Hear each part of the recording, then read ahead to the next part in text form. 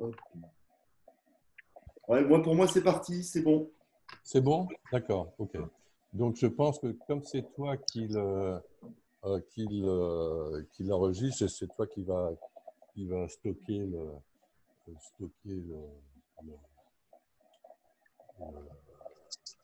Oui, je vais le stocker et document je te final. renverrai. Je te D'accord, renverrai par d'accord. WeTransfer Ok. la vidéo. Bon, les modèles numériques de prévision, Juste, Alain, pour oui, que euh, là où s'affichent les vignettes où apparaît tout le monde, en oui, haut, on peut masquer la vignette de la vidéo en cliquant sur le petit bouton qui est le plus à gauche et comme ça on voit complètement la présentation. Ça ne masque pas la présentation. d'accord. Donc, c'est à chaque. Attends, C'est à chacun de le faire. à chacun de Ah le oui, faire. Hein. il y a un mois, c'est ça? C'est ça. C'est pour réduire la fenêtre. Voilà.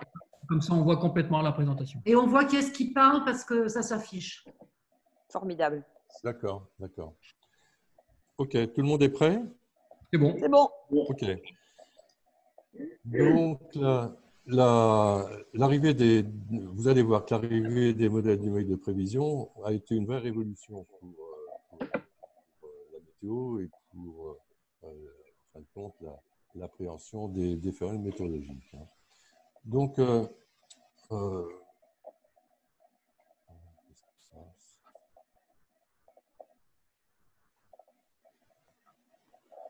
voilà. Donc,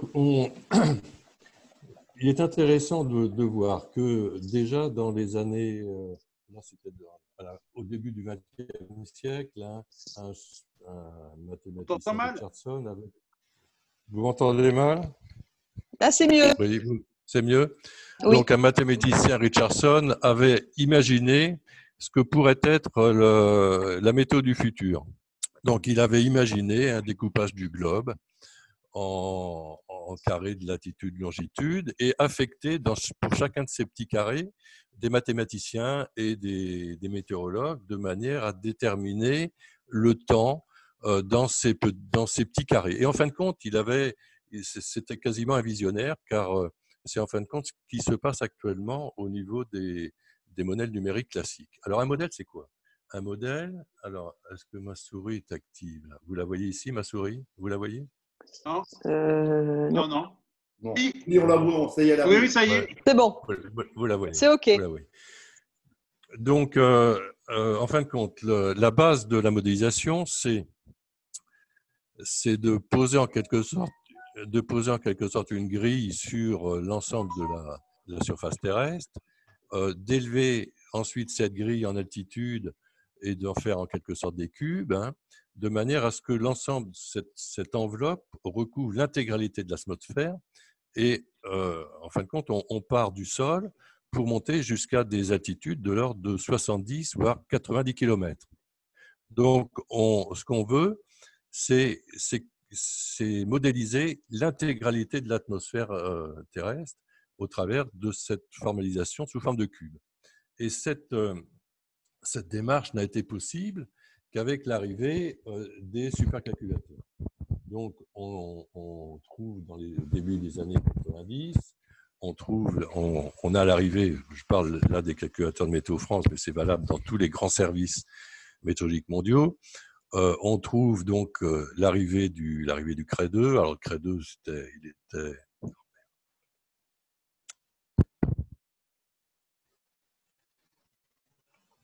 le CRE 2 était assez emblématique parce que il avait de la gueule avec un liquide qui passait dans une fontaine. C'était du fluorocarbone inerte. Hein.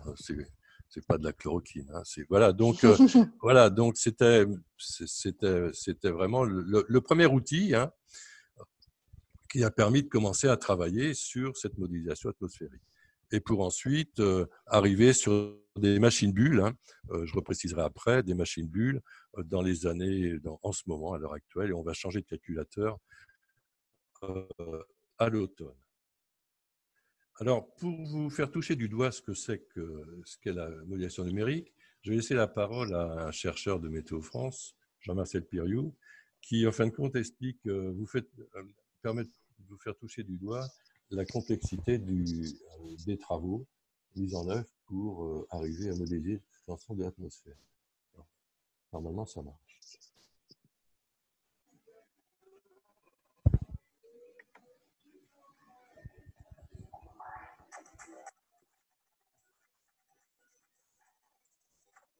En France, que ce soit pour les besoins de la recherche ou pour la prévision opérationnelle, on utilise des modèles déterministes. Alors, qu'est-ce que ça veut dire, modèle déterministe? Si on s'intéresse par exemple à une prévision sur l'ensemble de la planète, on va faire un maillage de la Terre en bandes de latitude ici. Donc, on fait donc des bandes de latitude de l'hémisphère nord jusqu'à l'hémisphère sud. Et on fait aussi un maillage en longitude. Donc, on a ces bandes ici de longitude. Et pour chacune de ces zones horizontales, on va mettre des cubes également sur la verticale, comme ça les uns au-dessus des autres. Donc si on cumule l'ensemble de ces boîtes, aussi bien sur l'horizontale que sur la verticale, on arrive à quelque chose qui est de l'ordre de 35 millions de boîtes pour paver l'ensemble de la Terre. En plus, on va faire une prévision à 5 jours d'échéance, par exemple, avec des calculs tous les quarts d'heure, et ça veut dire qu'on va arriver à ce moment-là à des calculs de l'ordre de 10 milliards à effectuer, 10 milliards de calculs à effectuer dans chacune de ces boîtes pour une prévision à 5 jours. Donc, en plus de ça, ce qu'on va faire, c'est que dans chacune de ces boîtes, on va calculer l'ensemble des fonctions physiques qu'il y a dans l'atmosphère. Donc, on va les calculer, par exemple, du rayonnement. Le rayonnement est-il levé en ce point? Comment le rayonnement interagit avec les nuages, etc. On va calculer du rayonnement. On va calculer de la turbulence dans les nuages. On va calculer de la convection. On va calculer également tous les phénomènes de précipitation, pluie, neige, etc. Voilà. Et donc, ça veut dire que le problème qu'on traite, il a son co-calcul, c'est le produit de cette complexité ici par la dimension. Et donc ce coût-là est très important, puisque par exemple, on va, au niveau complexité, au niveau du rayonnement, on va les calculer sur chaque verticale. Si on imagine que dans le modèle, on a par exemple des nuages à ce niveau-ci et à ce niveau-là, on va les calculer le rayonnement incident. Quelle partie de ce rayonnement sera ici absorbée dans le nuage? Quelle partie on est réfléchie? Quelle partie est transmise? Et pour ce qui est transmis, on va aller chercher jusqu'au sol, et là on va aller regarder si par exemple il y a des forêts, quelle part de ce rayonnement est absorbée, réfléchie, transmise. Donc on va sur chaque verticale, on va les calculer pour chacun des processus, aussi bien rayonnement, turbulence, convection, et ensuite on va faire ça sur tout le temps d'intégration. Donc le calcul total de 10 milliards comme ça de points spatio-temporels nécessite un gros calculateur, puisque nous on va être capable de faire cette prévision en moins de 2 ou 3 heures, qui correspond au temps utile pour le prévisionniste.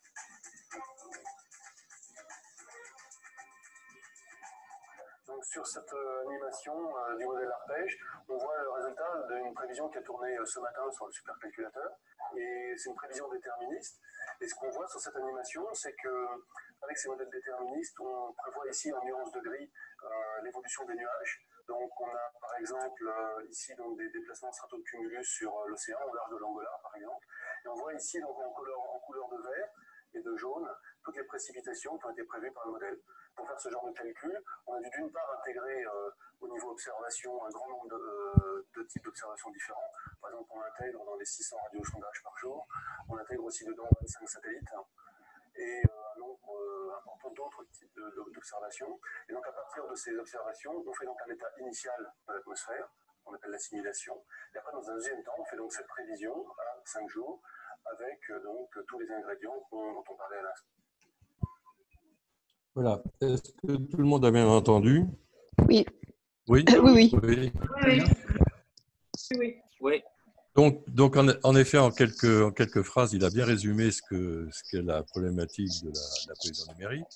Donc, on s'appuie donc sur un maillage de la surface terrestre. On a ici quelques exemples de maillage, dont celui en bas à droite correspond à celui mis en œuvre par le modèle global français, le modèle arpège, hein, avec une résolution minimale au niveau de l'Europe pour, aux antipodes, avoir une résolution beaucoup plus lâche. Hein. Voilà, donc ça c'est compte la base de calcul. Hein. Et donc pour commencer à prévoir, il est indispensable de connaître le T0, hein, le temps qu'il fait. Et c'est ce dont il parle, hein, c'est-à-dire la simulation, l'analyse, hein, qui est peut-être le travail le plus délicat actuellement à faire, car on est obligé de s'appuyer sur un réseau pour élargir en fin de compte cette observation sur l'intégralité du globe, que ce soit en surface, en altitude. Alors pour ce faire, on s'appuie sur des stations, des centres départementaux, des stations terrestres, hein, avec anémomètre, gyromètre, thermomètre, ainsi de suite. Hein. On a des stations de radiosondage qui lancent des ballons-sondes, hein, c'est toujours actif. Il y a des bateaux équipés de containers automatisés qui permettent... je suis désolé, j'ai une...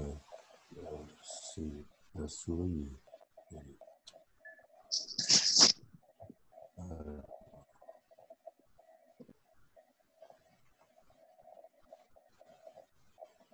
Oui, donc on a des bateaux équipés, réseau de bateaux équipés, des avions sont équipés, on a sur la gauche de la petite vignette, on a des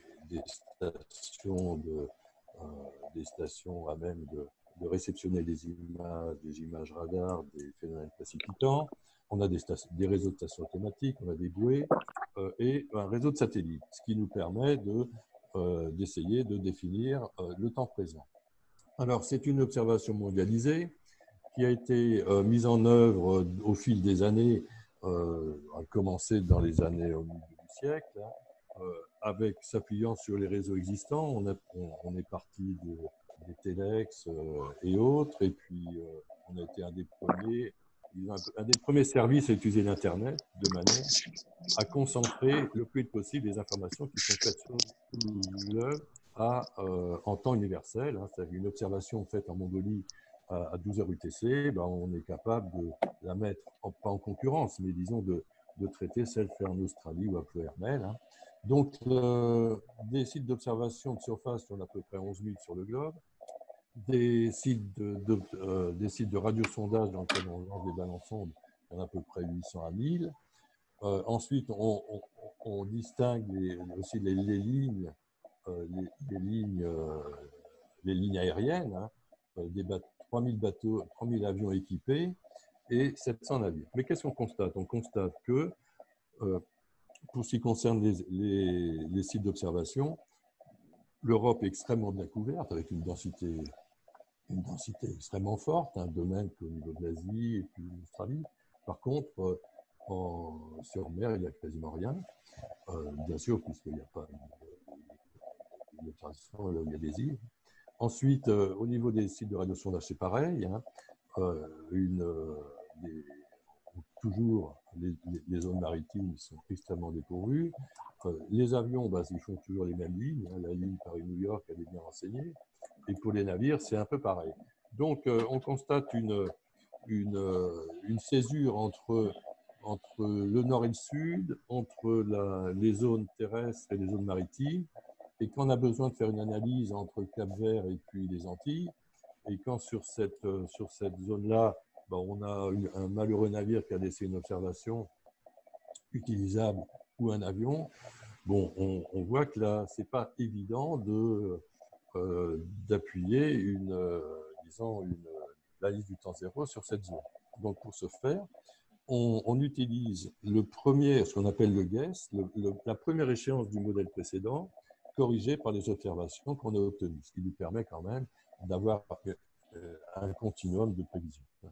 Globalement, ça ne marche pas trop mal, mais on voit déjà qu'au niveau de l'UT0, on a une petite source d'erreur qui s'installe. On utilise massivement donc, des données télédétectées, hein, donc soit au travers des satellites géostationnaires qui correspondent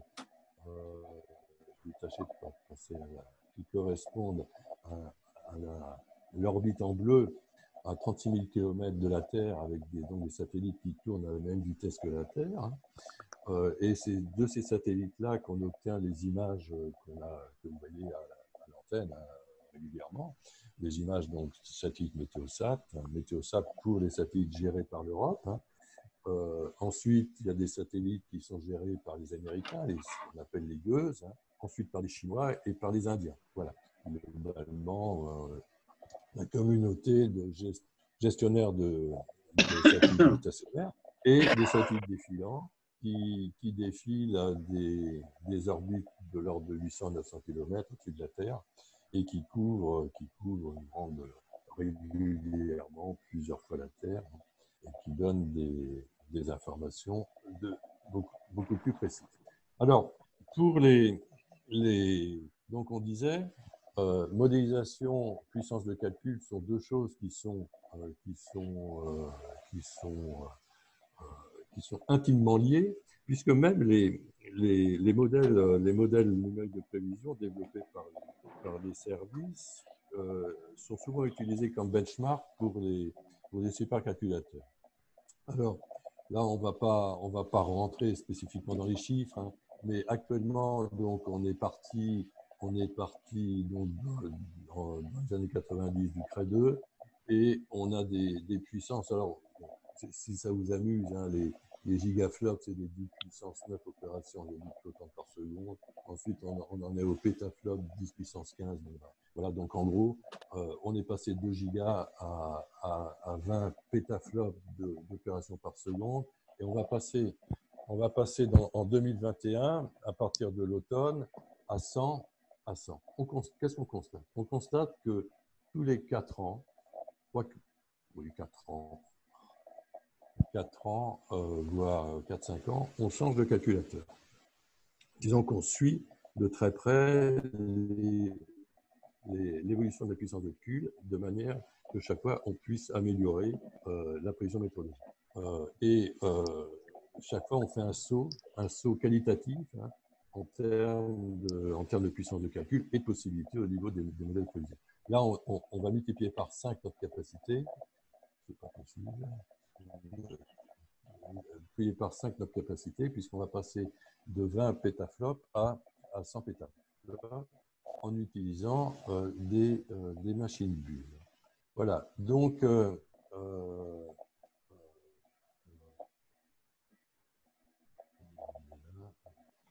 ici, voilà.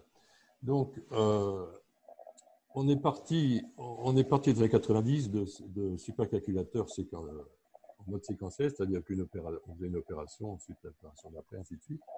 On est passé à des machines massivement parallèles qui permettent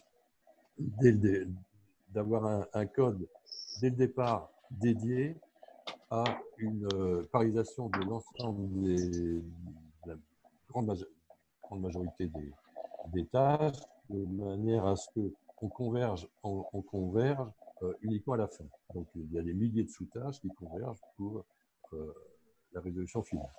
Donc, une prévision à 24 heures avec le modèle MyFinArome est exécutée à l'heure actuelle en une demi-heure par le supercalculateur. Il y aura plusieurs mois, voire plusieurs années avec nos PC. Voilà. Par contre, il y a quelque chose qu'on a dû passer. Je reviens, je suis désolé, je reviens en arrière. Oui, c'est ici. Oui, juste pour vous parler, à partir du mois d'octobre, on va donc passer à un supercalculateur bulle, hein, c'est Coana XH de Lille, hein, fabriqué à Angers. Donc c'est quand même, bon voilà, je tenais quand même à le souligner. On fabrique quand même des supercalculateurs, il n'y a pas uniquement des masses. Donc on a un facteur de puissance de l'ordre de 5, hein, qui va nous permettre de toujours rentrer dans ce en fin de compte, et c'est ce qu'on verra après, dans ce qui pour nous à l'heure actuelle est plus difficile à prévoir, c'est les phénomènes de petite échelle de temps et petite échelle d'espace, donc de rentrer dans les phénomènes orageux, dans les tornades, en améliorant la précision géographique et en prenant de plus en plus d'observations et des nouveaux types d'observations tels que les objets connectés qui va nous permettre d'intégrer une masse d'informations absolument considérable. Voilà. Donc, je tenais à faire ce petit coucou à Bull et à ces développements qu'ils ont fait à Angers. Alors, les principaux modèles numériques dans le monde, bon, sont opérés en fin de compte par les grandes puissances. Et donc, on va retrouver l'Allemagne, on va trouver le Canada, centre de recherche canadien. On va trouver surtout le Centre européen de prévision à moyen terme, ou CEPMNT, ou CEP de manière plus simple, ou ECWMF, European Center Weather Medium Forecast. Alors, je m'arrête un petit peu sur le Centre européen de prévision. Ici, apparaissent tous les pays contributeurs, hein, plus ou moins, contributeurs donc du Centre européen qui était basé à Reading et qui maintenant est positionné, il me semble que c'est en Italie, et qui est doté donc de supercalculateurs du type de celui qu'on a vu pour Météo France et qui, en fin de compte, qui regroupe le meilleur des chercheurs en matière de météorologie au niveau européen et qui ont développé un modèle numérique qui est considéré comme le meilleur au monde actuellement. Alors bon, j'insiste sur ce point-là parce que la météorologie est partie de l'Europe et notamment des Norvégiens. Il faut dire que la Norvège et puis la météo, c'est que toutes les perturbations qui passent sur l'Atlantique arrivent souvent en Norvège, quasiment tout. Donc, ils sont assez sensibles à l'évolution météorologique, et c'est eux qui ont formalisé ce qu'on appelle la théorie norvégienne des fronts, qui est en fin de compte la formalisation d'une perturbation océanique classique, voilà, et sur laquelle on s'est appuyé pour développer la météorologie classique. Donc, ce consortium a des résultats remarquables. Voilà, donc le Centre européen de prévision, les États-Unis bien sûr, hein, les États-Unis avec leur modèle, le modèle GFS, la France avec le modèle Arpège et le modèle Arrow, mais je préciserai ce que représentent ces modèles, modèle Arpège et modèle Arrow. Il faut noter que entre le Centre européen de prévision et le modèle Arpège français, il y a une très forte similitude des codes. Hein. Donc, c'est pour ça que les modèles Arpège marchent très bien aussi. Modèle japonais, Royaume-Uni, Australie, et bien sûr les Chinois qui vont peut-être pas tarder à arriver avec des machines redoutables. Voilà. Alors, non, ça c'est pas ça. Qu'est-ce qu'il va faire?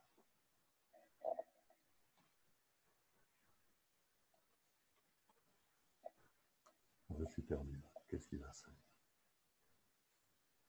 Vous m'excusez, mais là, je ne sais pas ce qu'il a fait. Qu'est-ce que vous voyez à l'écran? Le calcul massif parallèle. Ah, d'accord, ok. Alors, il faut distinguer maintenant deux types de modèles. On a parlé de grille sur l'ensemble du globe. C'est une grille qui est affectée pour développer un modèle global. Donc, modèle global, on a notre grille au niveau du sol et on a nos Q qui recouvrent l'ensemble de l'atmosphère et on modélise l'intégralité de l'atmosphère du globe. C'est les modèles globaux dont on a parlé, notamment le modèle GFS, le modèle du Centre européen, le modèle Arpège et quelques autres. Et ensuite, on développe aussi des modèles à machine. Alors, c'est des modèles qui ont des résolutions beaucoup plus fines, des modèles qui sont emboîtés en quelque sorte dans le modèle à grande échelle, qui est le modèle qui prend en fin de compte ces inputs du modèle global, de manière à couvrir des zones réduites avec une résolution horizontale de l'ordre du kilomètre, hein, notamment pour le modèle Arrow français. Et dans ces modèles-là, on essaye de modéliser de manière optimale les échanges verticaux pour mieux appréhender tout ce qui concerne la convection, ce qui concerne les orages. Alors, on revient sur les principaux modèles globaux. Les principaux modèles globaux, donc celui du Centre européen, résolution 9 km sur l'ensemble du globe, d'échéance jusqu'à 15 jours. Modèle GFS, modèle américain, résolution jusqu'à une vingtaine de kilomètres à 16 jours. Alors ça, c'est des résolutions et donc des échéances qui varient au fil du temps, hein, au fil de l'évolution. Mais ça, ça correspond à ce qu'il y a actuellement. Modèle Arpège, modèle global français, résolution 9 km, échéance 4 jours. Alors, pourquoi il y en a qui vont à 15 jours, d'autres à 4 jours? Nous, au niveau français européen, que ce soit les Allemands, les Anglais, donc on s'appuie à longue échéance sur le modèle du centre européen et on garde notre spécificité au niveau du modèle français uniquement sur 4 jours. Donc, là où vous êtes 4 jours, on bascule sur le modèle du centre européen. Voilà. Donc, on pourrait très bien avoir un modèle européen à 15 jours. Et un modèle allemand, modèle Icon global, résolution 13 km. Ça, c'est les principaux modèles globaux que vous retrouvez à peu près dans tous les outils. Ensuite, faire des modèles globaux, c'est toujours intéressant de savoir qu'est-ce qui va en termes de qualité. Donc, on procède à des intercomparaisons des modèles globaux. On s'appuie, alors c'est une méthode de comparaison comme une autre, on peut en avoir d'autres. On s'appuie sur, en fin de compte, la prévision de l'altitude de la 500 hectopascal ou isosurface de 500 millibars. En gros, au niveau du sol, vous avez des pressions de l'ordre de 1015 hectopascal. Puis ensuite, plus vous allez monter, moins la pression sera forte. Donc, il va arriver une altitude qui correspond à peu près à 5000 mètres, où on va trouver une pression de 500 hectopascal. C'est une isosurface qui est au-dessus de la surface du globe. Hein. Et donc, les modèles de prévision font des calculs pour déterminer où se situe exactement cette 500 hectopascal à des points où l'on fait des radiosondages et on peut vérifier son altitude, et ce qui nous permet de faire l'intercomparaison. Alors, on a donc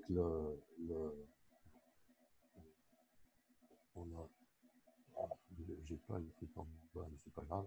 Donc, on a ici les principaux modèles, hein, le modèle français, le modèle japonais, le modèle du centre européen, le modèle américain, et ainsi de suite. Et ceux dont les courbes sont les plus en bas, c'est les meilleurs, et les plus hauts, c'est les moins bons, en gros. Donc, celui qui est en bas, alors ne me demandez pas la couleur, moi je suis daltonien. Alors, il doit être, je ne sais pas quoi, il doit être vert. Vert. Pas justement le vert. Donc, la courbe vert port, correspond au modèle du centre européen. Celui qui est en bleu au-dessus, c'est le modèle français. Ensuite, il doit y avoir l'anglais. Puis, bon, voilà, en gros, c'est quand même pas lamentable. On est tous à peu près pareils.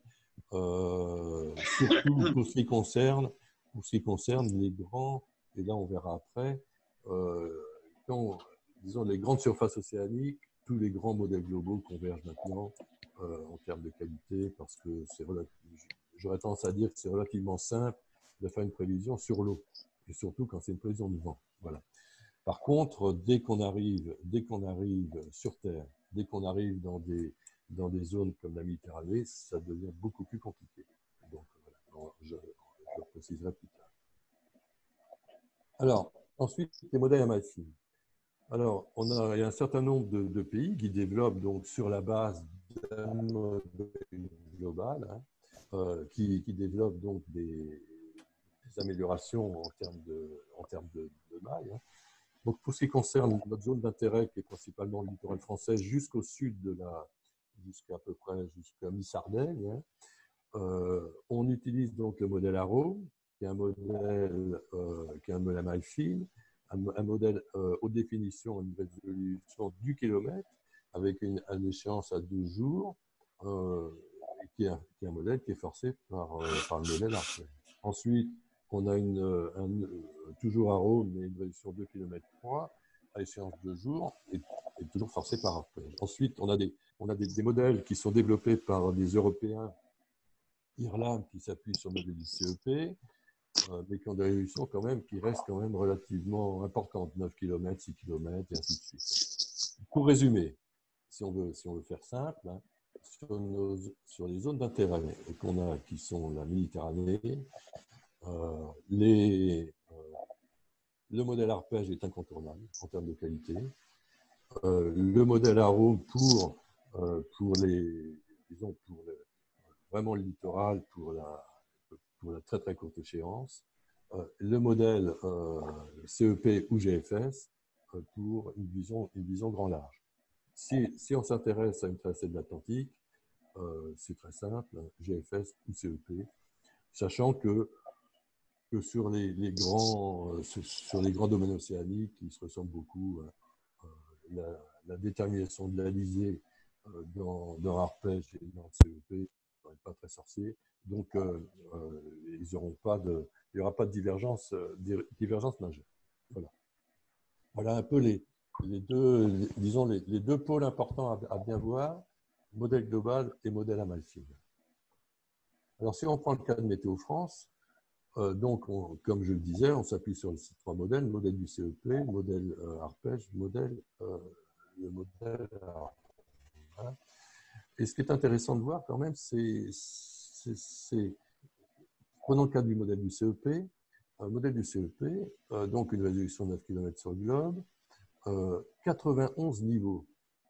C'est-à-dire qu'en chaque point du globe, on a 91 niveaux de prévision à élaborer, qui partent du sol à 20 mètres jusqu'à 90 km. C'est absolument considérable. Et ça va jusqu'à 15 jours. Et c'est pareil pour le modèle arpège. Pour le modèle arpège, on va jusqu'à 70 km. On perd quelques molécules. Voilà. Donc, il faut un peu avoir ça en tête. Hein. C'est une énorme machine dont nous, on s'intéresse qu'à la... Bien sûr, c'est normal, et c'est ce qui nous intéresse, hein, qu'à la couche du bas, hein, celle qui atteint ça, hein, c'est ce qui intéresse tout le monde. Alors, donc les principaux modèles globaux appréhendent correctement à 7 à 10 jours les mouvements ou déplacements synoptiques de grande échelle. Synoptique, on verra ce que c'est. En fin de compte, ça représente l'échec classique de perturbation à nos latitudes. Hein. Disons en gros un système dépressionnaire. Qui va partir de Terre-Neuve, qui va arriver au hasard sur la Norvège, et qui va avoir une dimension nord-sud peut-être de 4000 km, et est-ouest de 3000. Voilà un peu ce qu'est l'échelle synoptique. Et notamment sur les grandes surfaces océaniques. Donc, les grands anticyclones, les phénomènes de grande échelle sont bien vus maintenant par les modèles. Même l'arrivée d'une tempête à 7 jours, ça commence à être relativement bien vu. Voilà. Donc, là, on touche du doigt une notion qui est assez intéressante, qui est l'interdépendance entre une échelle de temps, l'emprise géographique et notre capacité à les prévoir. Alors, je vais cliquer là si je veux bien. Alors, là, je vais sortir mon crayon magique. C'est pas grave. Oui. Ça, c'est raté. C'est raté. J'en étais où, là? Non, j'en étais là. Voilà. Donc, on va prendre mon crayon magique. Hier. Voilà. Alors, qu'est-ce qu'on a? On a en abscisse, on a l'emprise, en fin de compte, l'emprise spatiale d'un phénomène. On part du centimètre et on arrive sur la gauche à plusieurs milliers de kilomètres. En ordonnée, on a le temps. On part de la minute et on arrive sur la semaine, sur 10 à 15 jours. Et au milieu, on a en quelque sorte les principaux phénomènes météorologiques. On va partir des phénomènes de grande échelle. On va prendre la mousson indienne, on peut prendre des régimes de temps, c'est-à-dire par exemple, qu'est-ce qui s'est passé entre novembre et février? On n'a pas arrêté d'avoir des systèmes perturbés ouest. C'est ce qu'on appelle un flux zonal, c'est-à-dire un flux ouest-est. Ce flux zonal était possible par la faiblesse, par la position de l'anticyclone des Açores qui était très sud, ce qui est normal en hiver, mais c'est surtout qu'il n'y avait pas d'anticyclone russe à même de pouvoir bloquer en quelque sorte cette circulation. C'est un régime de temps, c'est une circulation. Ce type de circulation, de même que la position d'un anticyclone, ce n'est pas des choses qui varient. Un anticyclone, il ne va pas se déplacer en 24 heures, il ne va pas faire 10 000 km sur la droite ou sur la gauche. C'est de même que ce régime de temps, c'est des choses qui s'installent dans le temps. Et en général, ça met une quinzaine de jours, 10-15 jours pour vraiment s'installer. Tout ça. Donc tout ça, on est ici au-delà de 10 jours, on est à plusieurs milliers de kilomètres. Donc tout ça, c'est quand même des choses qui sont au niveau des modèles maintenant qui sont bien vues.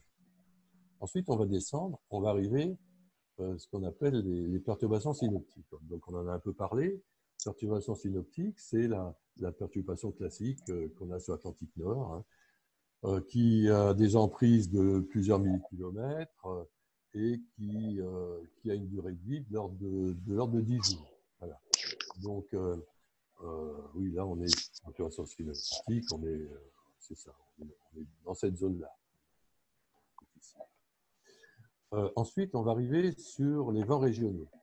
Les vents régionaux, on est dans les vents régionaux, c'est quoi? C'est le Mistral, c'est le Métel, c'est une emprise géographique de plusieurs centaines de kilomètres et c'est une granularité du cours, donc ça a 1, 2, 3, 4 jours, 5 jours, le Métel c'est un peu plus long, quelquefois, donc voilà, mais on est vraiment dans le vent régional.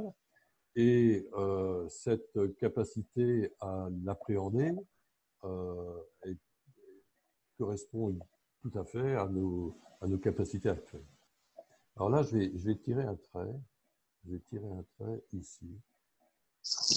On va mettre ici. Je vais tirer un trait ici.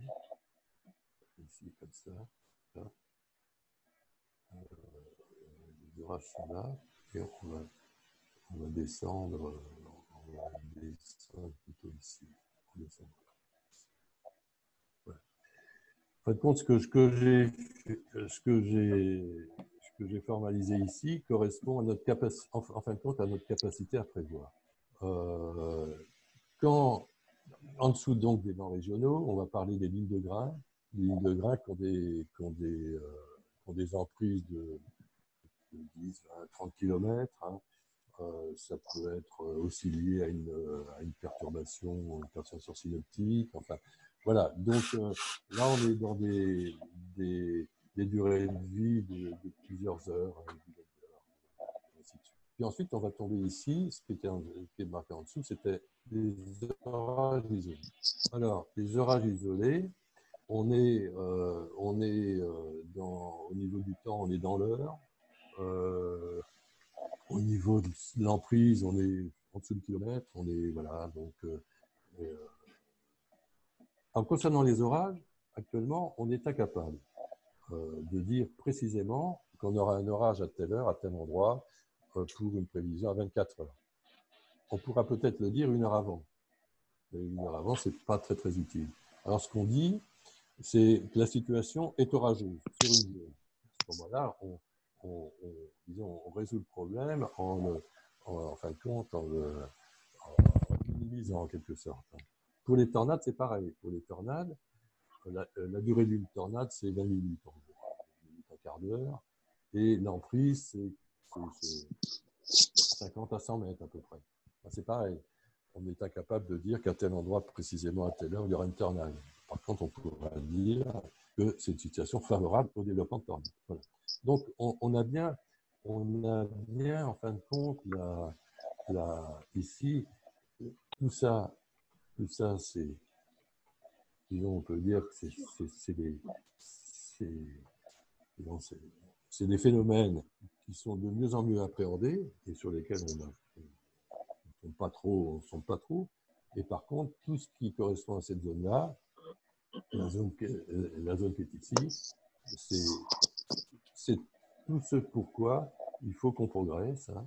C'est-à-dire, c'est la détermination des phénomènes à durée de vie courte. On pourrait dire ça comme ça. Voilà. Et ces phénomènes à durée de vie courte nous posent une grosse difficulté en termes de prévision. Je vais enregistrer. de effacer, parce que sinon on va se prendre. Ça, c'est sur toutes les listes. Voilà.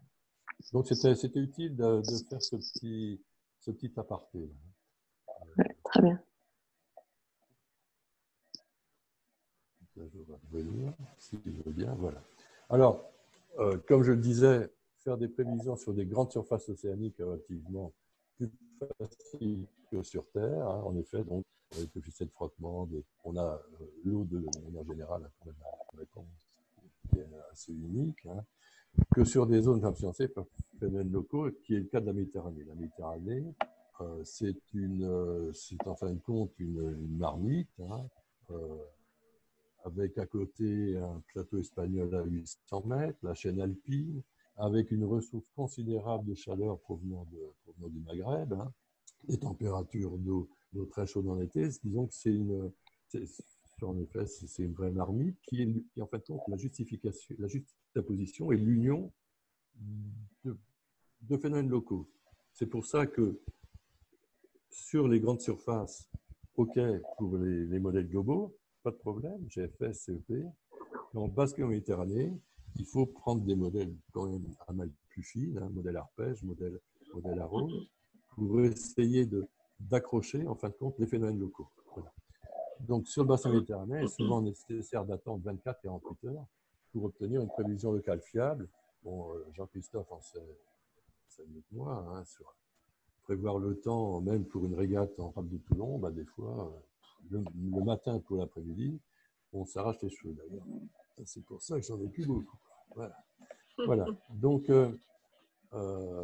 ensuite, alors, une fois qu'on a fait notre modélisation, le tout, c'est de transmettre l'information. Alors, avant, il y avait des prévisionnistes qui prenaient des observations à droite et à gauche et qui faisaient une analyse sur un papier, et puis avec leur expérience, déterminer le temps qu'ils allaient faire plus tard. Hein. Bah, c'est un peu la démarche, qu'un Français, Le Verrier, a fait à la suite, je crois, d'un naufrage d'une flotte en mer de Crimée. Et il a demandé, alors, il s'est douté que donc il y a eu une tempête magistrale et donc il s'est dit, est-ce qu'on n'aurait pas pu la prévoir? Donc il a demandé un peu à tous les services européens qui n'étaient pas encore sur pied, mais enfin il a glané de l'information à droite et à gauche et il est arrivé à la conclusion que si on avait un réseau d'observation qui tienne la route, on a pu prévoir ce désastre. Voilà. Donc, ça, c'était la méthodologie d'antan. Avec l'arrivée des modèles numériques, le modèle numérique, c'est en fin de compte, c'est dans un outil comme le modèle numérique qu'on concentre toute la science météorologique. Donc, quand le modèle numérique est arrivé, le modèle numérique arrive sur la table du prévisionniste et on peut dire que au départ, 60% du travail était fait. Dans les années, ça remonte à 20 ans, en effet, il n'y avait pas par exemple, dans le modèle, il n'y avait pas le massif central. Ben, si on enlève le massif central, au lieu d'avoir un Mistral à 40 nœuds, ben, on avait un petit flux de nord à 15 nœuds. Donc, c'était au prévisionniste de rajouter de son expérience pour dire, bah non, là, c'est une situation à Mistral, il y aura 40 nœuds. Alors, au fil du temps, les modèles se sont améliorés. Et bien sûr, le massif central est apparu, l'Irak. Et ce qui rend la position du prévisionnisme météorologique beaucoup plus délicate parce qu'il a quasiment plus de plus-value à apporter par rapport à la masse des informations disponibles. Et cette masse d'informations, c'est celle que vous avez actuellement à disposition. Donc, la meilleure façon de transmettre cette information est d'utiliser un format qu'on a toujours utilisé dans les services météo, qui s'appelle le format grid. Hein. C'est un format autodocumenté, c'est-à-dire que vous avez un fichier, on vous donne un fichier grid et vous avez tout dedans. Vous savez quel est le producteur, de quoi on parle, de quel modèle, les échéances, la grille, les paramètres. Tout est auto-documenté dans le format, et c'est un format de compression.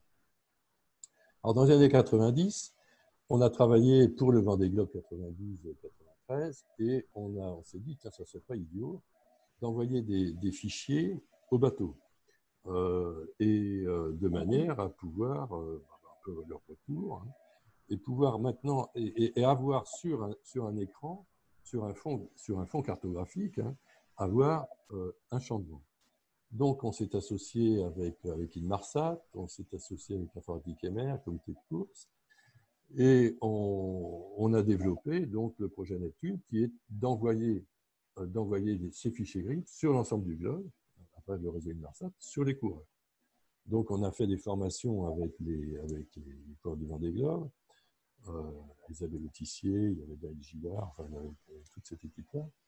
Et je me rappelle, on était un peu, on était un peu inquiets.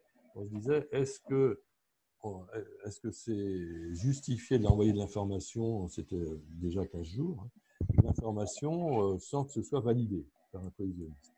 Et je me rappelle, Isabelle Autissier nous avait dit, mais vous savez, nous, on n'a rien. Donc, tout ce que vous nous enverrez, ça ne peut être que bénéfique. Et en fin de compte, elle avait raison, parce que déjà, dans ces premiers modèles, les choses comme disons, les choses stables, dès le départ, étaient bien vues. Quand je dis zone stable, c'est par exemple l'anticyclone de Sainte-Hélène. Voilà, donc, de même que les flux zonaux, c'est-à-dire les défis de perturbation, tout ça, c'était à peu près bien vu, et ce qui permettait d'éviter de se planter l'anticyclone de Sainte-Hélène, par exemple, au hasard. Voilà. Donc ensuite, la diffusion des grippes s'est généralisée avec la montée de la puissance de l'Internet. Mais je tiens à dire que, et ça a le bon de m'énerver chaque fois que j'entends, le grip s'est trompé. Non, ce n'est pas le grip qui s'est trompé, c'est le modèle. Il faut toujours savoir de quel modèle on parle. Voilà. De manière à pouvoir constater que sur la durée, ce modèle est mieux qu'un autre. Et ça, on peut vous dire, le modèle Arpège sur la zone Méditerranée, c'est, à mon sens, c'est le meilleur. Voilà. Donc, les atouts du grid, les changements sur tout le globe, tout ça, on l'a dit, faire du routage, pouvoir comparer différents modèles. Alors, ça, c'est intéressant aussi. Quand on a des situations qui sont chaotiques, qu'on a du mal à cerner qu'est-ce qui va se passer, des fois, c'est intéressant de charger plein de modèles et de voir s'il n'y a pas un fil directeur qui se dégage. Et ça peut être utile. On fait en quelque sorte avec différents modèles ce qu'on appelle la prison d'ensemble, mais ça prend du temps de vous en parler. C'est-à-dire, on mélange plein de modèles pour en tirer vraiment le squelette. Ensuite, avoir au fil du temps, par exemple, vous êtes, je sais pas, vous êtes n'importe où, vous êtes en Corse, en Sardaigne, et puis et vous regardez, il y a une zone dépressionnaire qui se développe sur les Baléares, à 4-5 jours. Bon, voilà, donc vous la notez, vous regardez. Bon, voilà. Il est important, au fil du temps, de vérifier si, dans les runs suivants des modèles, cette dépression des Baléares est toujours là, ou elle se déplace, ou alors elle disparaît. C'est un signe. Si un phénomène de jour en jour se confirme, pour vous, ça doit être un bon signal, un très très bon signal. Voilà, donc, et puis partir du synoptique vers le local. Bon, on en parlera avec Windy. Là, il y a 2-3 exemples. Là, ici, on a une perturbation atlantique, hein, bien marquée. Voilà, donc avec 30 nœuds, 30-35 nœuds au niveau de la couronne. Voilà. Donc, ça vous permet d'avoir une vision déjà de ce qui se passe. Si vous naviguez près de la couronne, donc ensuite vous rentrez dans le détail, vous savez de quoi ça parle. Il est toujours intéressant de savoir à quoi est lié le 30 nœuds qui est ici. Il n'est pas venu comme ça. Le 30 nœuds, il est venu parce qu'il y a une perturbation qui se situe au nord de l'Écosse voilà. Par exemple, ici, qu'est-ce qu'on a? Ici, on a un flux d'est, c'est un peu ce qu'on appelle, on a un flux d'est, une vingtaine de nœuds, voilà, sur zone. Voilà. Par contre, quand on regarde finement sur ce qui se passe, en l'occurrence, c'est le modèle Arrow, on est dans Squid, hein. On voit ici le modèle qui est ici, qui est marqué là en bas à droite. Hein. Voilà, donc qu'est-ce qu'on a? On a ce qui correspond à la difficulté de faire de la prévision dans les zones. On a notre flux de 20 nœuds qui est ici, bien marqué, hein, au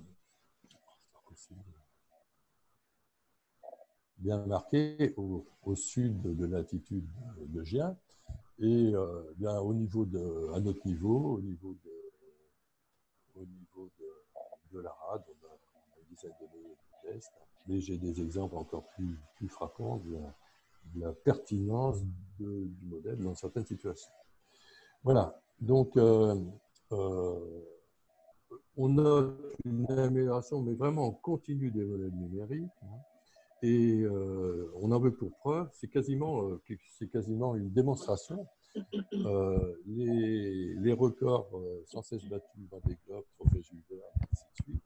On s'explique bien sûr toujours la montée en puissance de la vitesse des bateaux et des foils. Hein, pas de problème. De la qualité des skippers, ça, on ne met pas ça en cause. Mais par contre, ce qui est fondamental, c'est la qualité des modèles de prévision à échéance 10 à 16 jours et une montée en compétence d'équipage pour l'utilisation des grilles et données météorologiques. Maintenant, il devient quasiment impossible de se planter dans le cyclone de Sainte-Hélène, qui était classique du temps de Tabarly. Hein. Je me rappelle quand il traversait entre Rio et le Cap, on n'était pas content parce qu'il s'est planté dans le cyclone de Sainte-Hélène. D'accord, mais bon, il regardait un peu les trucs météo, peut-être qu'il serait bien planté. Mais donc ça, c'est quasiment impossible. On ne viendrait pas à l'idée de quelqu'un d'aller se planter dans un petit cyclone. Je parle des coureurs, hein, je parle des bateaux qui vont. Ne pas anticiper un gros coup à 3-4 jours, ne pas pouvoir se positionner face à une émission à grande échelle, pouvoir se mettre à l'avant d'une dépression, voilà. Pouvoir quasiment. La possibilité des fois de prendre un flux à Brest et de le garder sur tout le globe, dans les faits, c'est ce qui se passe un peu. Donc ça, c'est faisable vraiment quand on a la vision de ce qui se passe sur mer, au travers d'un modèle de prévision, c'est inestimable. Donc, je tenais quand même à le préciser. Donc, ça, c'est la fin du PowerPoint. Le métier est quand même difficile, surtout concernant l'avenir. Alors, il y en a beaucoup qui souhaitent en avoir la paternité, Pierre Dac, Mark Twain. Et voilà, donc ça, c'était la partie modélisation numérique. Alors, si vous avez quelques questions, je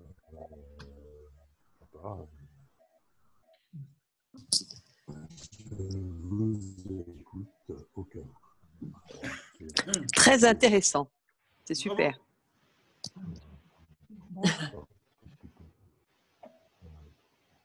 Oui, c'est très, très bien. Alors, je pense que Alain, c'est important après, au-delà de quels outils après on a à disposition pour l'utilisation, c'est bien d'avoir cette partie en amont qui explique. Oui. Mais... Oui, les petits carrés, les grilles, non, c'est super intéressant. Maintenant notamment il y avait des questionnements de Christine qu'on pourra retrouver sur certains outils. Hein, et il faut bien considérer il faut avoir en tête la masse de travail fait pour arriver à une prévision en un point.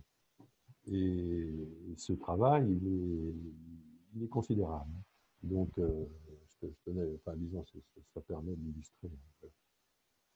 Alors, là, on peut faire plusieurs choses. On peut continuer, on peut arrêter. Alors, moi, ce que je vous propose, c'est là, il est 11h. Est-ce que jusqu'à midi, ça vous va?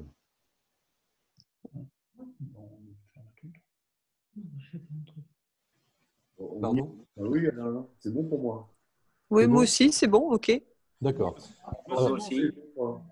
Non. Nous aussi. D'accord. Alors, ce qu'on peut La faire… session est ouverte jusqu'à midi, Alain, de toute façon. Pardon? J'ai ouvert la session jusqu'à midi. D'accord. Alors, ce qu'on va faire, on va travailler sur deux outils. On va travailler sur donc, je vais vous mettre le début de la présentation suivante et on va ensuite se focaliser sur deux outils. Et ensuite, on se prendra du temps peut-être pour une autre séquence qui sera peut-être relativement courte à partir du moment où on a vraiment travaillé sur Windy et sur Squid pour vous présenter des situations vraiment intéressantes qu'on a pu identifier notamment sur Squid. Alors, ce que je vais faire un nouveau partage. Je vais prendre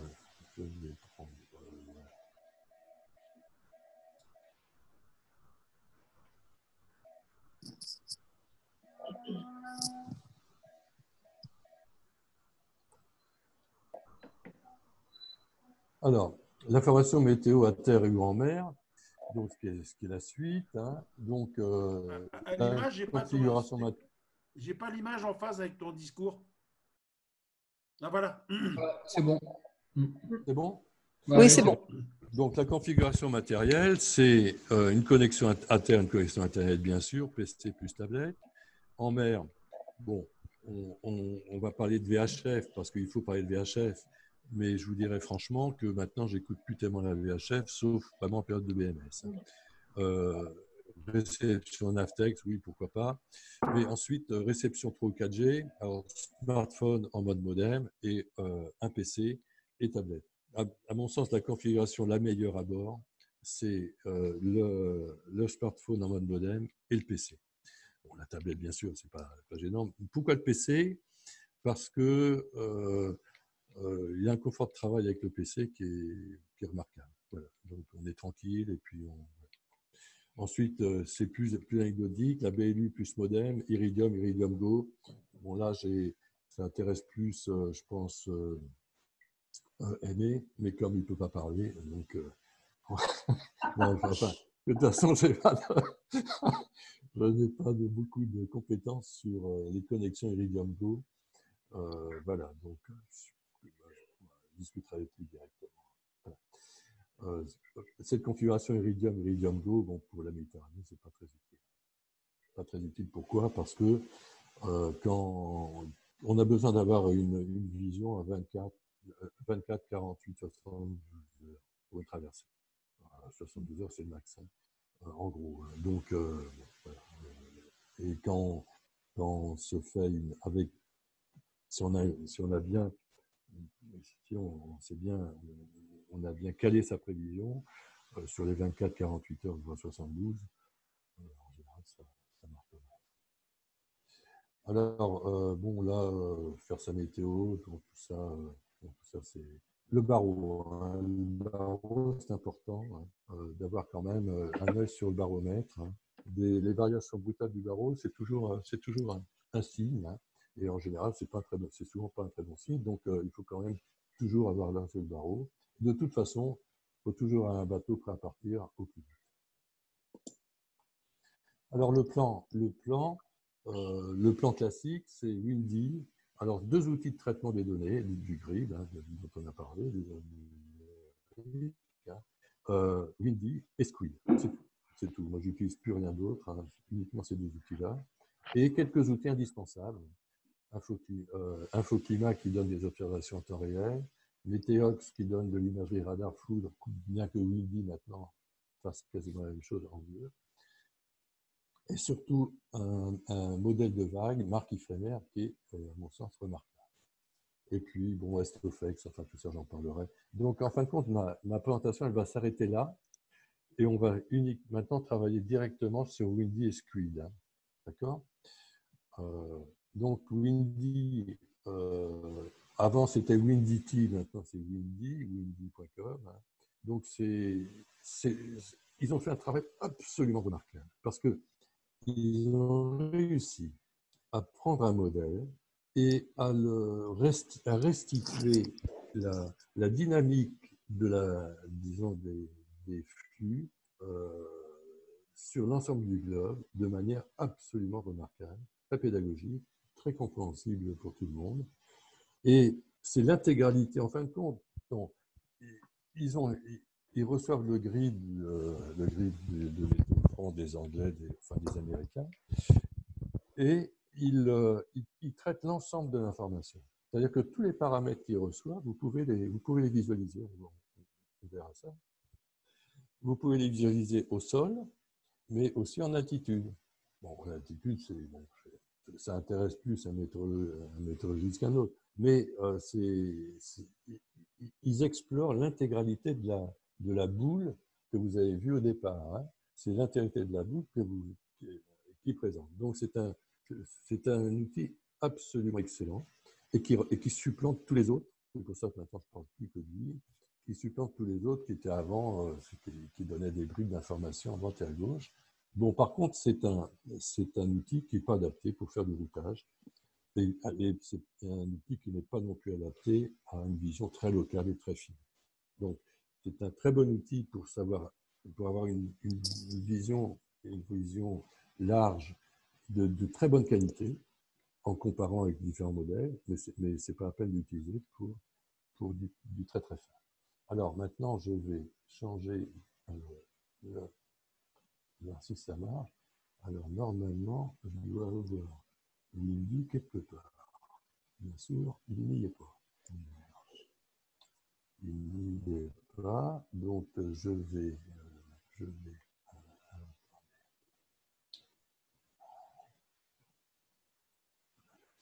sortir. Là.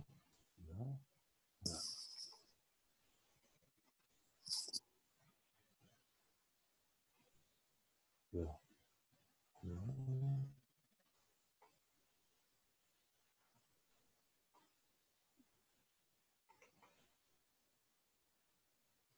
Vous allez me dire si vous le voyez. Hein.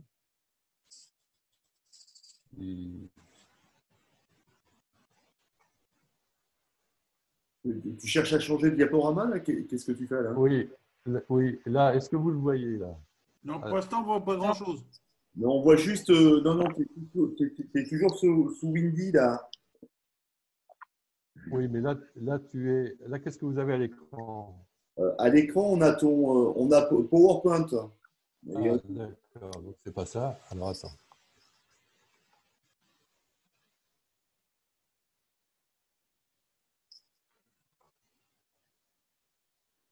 Là, on t'a toi. On se revoit là. Oui, ben non, d'accord, ok, oui, mais c'est pas ce que je veux vous montrer. Hein. Voilà. Là. Ah, ça il y a arrive. un partage d'écran qui arrive. Ça arrive. Ça va arriver. C'est bon? Pas encore. Oui. Ouais, c'est bon. C'est bon? Non, plein écran d'un Windy. D'accord, ok, bon. Ok. Donc, c'est un peu ce que je disais.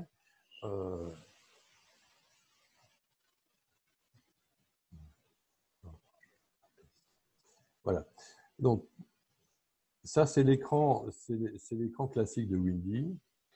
Je pense que tout le monde le connaît. Ouais. Oui. Donc, il y a quand même des choses que je veux préciser. Hein.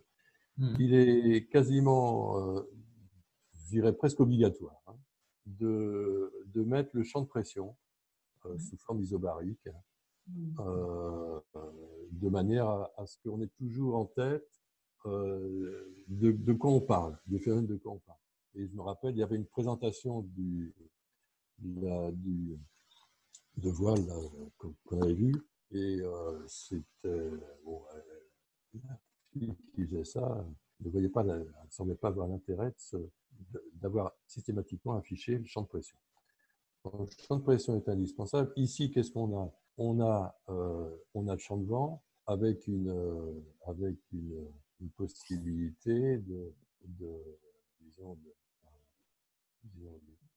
scruter l'intégralité des phénomènes en faisant aller la souris, et ainsi de suite. Donc, si si on prend une échelle un peu plus importante, voilà, on va se mettre ici. Voilà. On va se mettre là. Donc, là, qu'est-ce qu'on a? On voit d'un seul coup d'œil, et c'est ça qui est remarquable, on a d'un seul coup d'œil les éléments fondamentaux de la circulation atmosphérique. On a sur l'Atlantique Nord, on a notre anticyclone des Açores, hein, qui est bien positionné. On a notre régime d'Alizé, c'est basique, c'est clair. Ici, au sud, l'anticyclone de Sainte-Hélène, avec notre régime d'Alizé du sud. On a, qu'est-ce qu'on voit d'autre? On voit tout ce qui est L, c'est l'eau, c'est système dépressionnaire. On a nos dépressions qui descendent comme ça, qui viennent heurter un peu l'anticyclone des Açores. C'est tout ce qui correspond un peu à ce qu'on appelait le fusionnal, mais le fusionnal était beaucoup plus étendu, beaucoup plus marqué. Quand on passe ici en pluie, ce qui est marqué pluie tonnerre, on a l'identification des zones précipitantes, hein, des zones perturbées. Là, si on zoome un petit peu sur l'Atlantique, voilà, donc on a nos perturbations. On pourrait presque d'ailleurs, on pourrait presque s'amuser à rajouter un peu d'infos. Ici, par exemple, on a une dépression qui s'est formée au sud de Terre-Neuve, hein, c'est toujours là. Pourquoi elle se forme là? Là, donc, on peut quasiment matérialiser un front froid, il est rouge, enfin, quand c'est qu'il est voilà, et puis un front chaud ici. Hein. Bon, je vais quand même corriger, je vais le mettre en bleu parce que ça va quand même être mieux. Hein. On est quand même plutôt ce qu'on appelle un front froid, donc quand même ici. Donc là, pourquoi une perturbation à ce niveau-là? Eh bien, il faut voir qu'ici, on va remettre du rouge. Ici, qu'est-ce qu'on a? On a l'anticyclone des Açores. Ici, on a une alimentation en air chaud qui est très marquée. D'accord. Au nord, on a tout l'air froid du Labrador, tout l'air froid et dans cette partie-là, donc, voilà. Donc ici, on a des descentes d'air froid du nord et un conflit de masse d'air très marqué entre les deux. En fin de compte, la perturbation, c'est des échanges entre air chaud et air froid qui permet en fin de compte, d'arriver à une température moyenne du globe qui reste stable. Si on veut. Voilà. Donc, là, je vais arrêter la notation.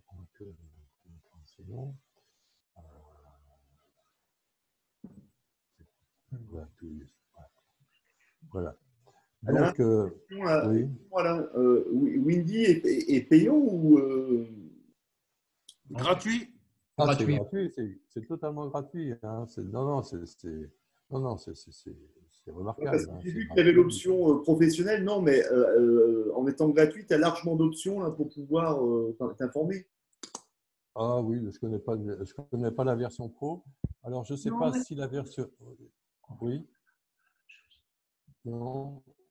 Je ne sais pas si la version pro, c'est pour des utilisations de type professionnel en quelque sorte, la réutilisation par un pro. Mais pour un lambda, il n'y a pas de... Non, c'est totalement gratuit. Alors, on va zoomer un peu sur notre zone. On va revenir sur le champ de vent. Voilà. On va revenir sur le champ de vent. Alors, voilà.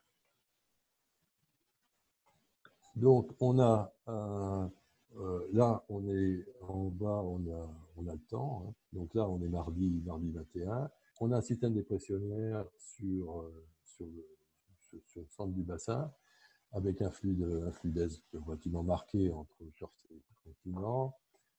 Associé à ça, un système perturbé qui recouvre, je vais le marquer, qui recouvre la zone. Hein. Il donne le temps actuellement médiocre sur la zone. Hein. Et puis ensuite, on va voir son évolution dans le temps. Là, on est sur en bas à droite, vous avez les modèles. Hein. Là, on est sur le modèle GFS. Donc, ce modèle GFS, on a toujours là pour mercredi une zone dépressionnaire sur le sud du bassin.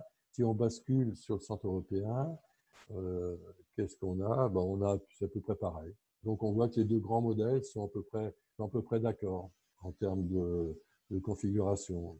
Donc, et ensuite, on va aller plus loin en échéance. Qu'est-ce qu'on va trouver? On va retrouver notre zone dépressionnaire qui sera décalée vers l'est, hein, et qui va intéresser cette fois plutôt la Sicile, hein, sud d'Italie. Si on bascule sur le GFS, pareil, c'est à peu près pareil. Donc, on voit déjà en quelques coups d'œil la situation sur les 3-4 jours à venir et une confirmation de modèle à modèle. Voilà. Donc ça, on peut le faire à moyen terme. Et à moyen terme, il est intéressant de voir si on reste dans des configurations. Ici, il y a une petite hausse du champ de pression, puisqu'on a un cycle du 18 par rapport au reste. Est-ce que le centre européen le confirme? Bon, voilà. Donc, on reste dans cette configuration de haute pression. Voilà. Donc, en quelques coups d'œil, ça permet de situer les choses, hein, de bien situer les choses. En gros, il n'y a pas de gros coups à attendre. C'est déjà une information importante. Ensuite, en termes de précipitations, bon, il y a eu quelques grains qui vont se décaler vers l'Italie, qui vont retrouver vers la Grèce. Voilà. Donc, c'est important. Au niveau des paramètres, alors, en dessous du vent, c'est tous les paramètres prévus dans le cadre d'un modèle. Et au-dessus, il y a deux informations qui sont, elles, très intéressantes, qui sont des informations de temps réel, c'est-à-dire le temps qu'il fait. Là, on n'est plus dans la prévision, on est dans le temps réel. Donc, le radar météo, quand on va cliquer dessus... C'est pour toi, Anne.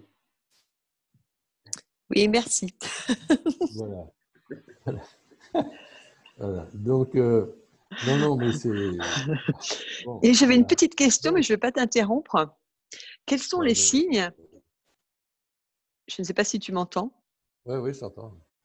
Quels sont les signes en fait les plus marquants sur notre zone Méditerranée, enfin Corse, continent, qui sont marquants en disant bah là il va y avoir du mauvais temps, style je ne sais pas une dépression sur la Sicile, enfin les modèles les plus basiques, on ne peut pas le dire à l'avance, mais qui pourraient nous alerter, c'est-à-dire que tu es sur Windy et tu dis oh là là ça style comment c'est le prémisse du mauvais temps qui arrive. Je me suis peut-être mal exprimée. C'est-à-dire, je ne sais pas, par exemple, sur les Baléares, quand sur les Baléares, il y a une dépression ou il y a quelque chose qui se creuse, on peut se dire à surveiller parce que ça va arriver. Enfin, tu vois, quels sont les éléments qui doivent nous alerter pour peut-être un mauvais temps futur sur… Voilà. Il y a des… ça fait un peu partie des présentations que fait Jean-Christophe avec les outils allemands, hein, notamment les Digital Metardis. Là, on est dans la scrutation, en fin de compte, d'un modèle et du résultat du modèle sur la surface. Alors, en fin de compte, des éléments qui doivent… alors, disons qu'on mettrait pas mal de temps. Par exemple, il y a une perturbation qui traverse la France, hein, avec donnant de la pluie sur la Bretagne, avec l'arrivée d'un vent de nord-ouest sur la Bretagne. Cette perturbation va traverser la France, elle va arriver sur notre zone, elle va donner de la pluie, elle va ensuite s'évacuer vers l'est, et quasiment systématiquement, derrière, va arriver une période de Mistral. Donc, une perturbation qui traverse notre zone, perturbation atlantique, hein, c'est pas celle qu'on voit là, la perturbation, la perturbation atlantique. Ça va être un front qui va se balader comme ça, qui va traverser la région dans ce sens-là. Et ensuite, quand on aura abordé notre zone et évacué, à l'arrière, ici, à l'arrière de la perturbation, là, on a un courant de nord-ouest qui va donner un Mistral plus ou moins fort sur notre zone. Donc, l'arrivée d'un front comme ça doit laisser penser systématiquement au Mistral. Ensuite, là, par contre, là, on n'est absolument pas dans un cas comme ça. On est dans le cas d'un système dépressionnaire ici, un système dépressionnaire, avec un flux d'est. Bon.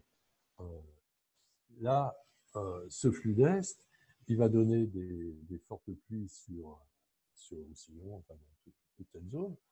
Et chez nous, un flux qui pourrait être marqué est souvent un flux très humide, parce qu'on est dans un régime ici qui trimballe de l'humidité et qui peut amener aussi pas mal de froid. Donc, une dépression qui se positionne au sud du bassin doit laisser penser à du mauvais temps sur nous. Voilà. D'accord. Cette dépression, elle s'évacue ici, et à ce moment-là, donc, on va avoir du temps correct dans les jours qui viennent. Voilà. Donc, j'efface tout. Alors ça, c'est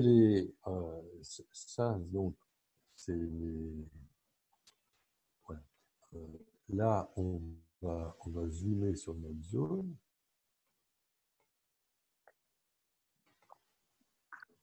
Alors, là, c'est pas. On va arrêter l'image. Voilà. Alors, sur cette image-là, ici en bas à droite, vous avez l'échelle. L'échelle, j'ai enlevé des ailes, qui est en fait la répétitivité de la précipitation. Plus c'est. Là, on part du bleu, là, c'est du jaune. Et là, c'est quoi? C'est du bleu aussi? Du violet? Oui. Du violet, comme ils prennent systématiquement les couleurs que je ne vois pas. Donc, alors, quand ça arrive dans le jaune, ça commence à être actif. Et quand il y a de l'orage, il y a des scintillements à l'écran. Là, il n'y en a pas. Donc, quand vous avez ça sous les yeux, par exemple, si jamais vous êtes sur le côté de Perpignan, vous devez bien vous douter que ça ne va pas être triste pour les jours à venir, surtout qu'avec un flux d'est qui pousse. Donc, la vision de cette imagerie est particulièrement intéressante. On rappellerait toujours, on était ici à Syracuse, mais c'était sur un autre outil qui s'appelle Météox, que je vous montrerai, mais c'est pareil. C'est pareil sur celui-là. On était à Syracuse, et il y avait une poche d'orage qui descendait, mais qui descendait exactement sur nous. On était prêt à partir, donc la poche d'orage était là, en gros, et elle se dirigeait comme ça, pile sur nous.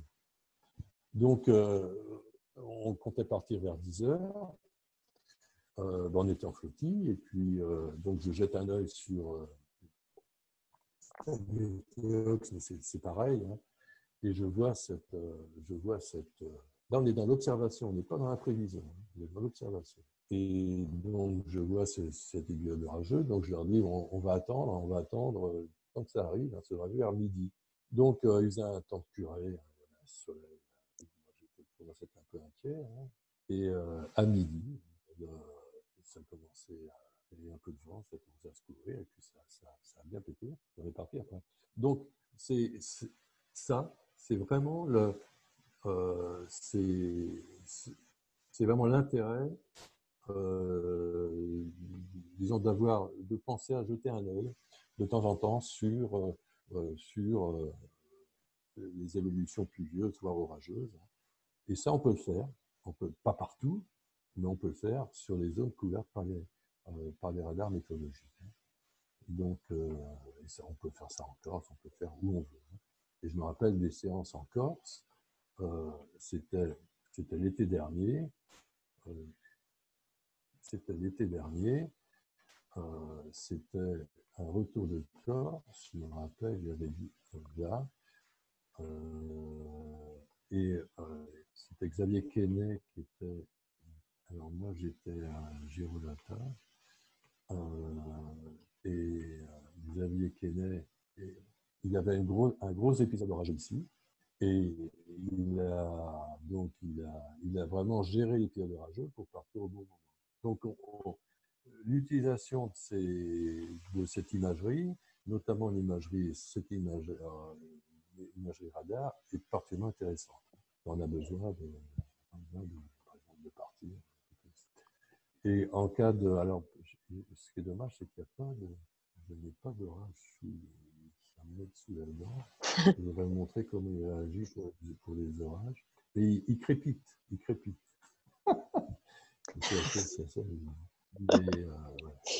J'en ai pas. Anne va-t-on trouver des orages? Pardon? Anne va-t-on trouver des orages, je pense. Oui, là, non, là, apparemment, ça crépite pas du tout. Hein.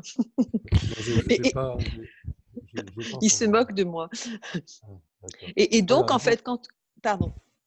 Oui, oui.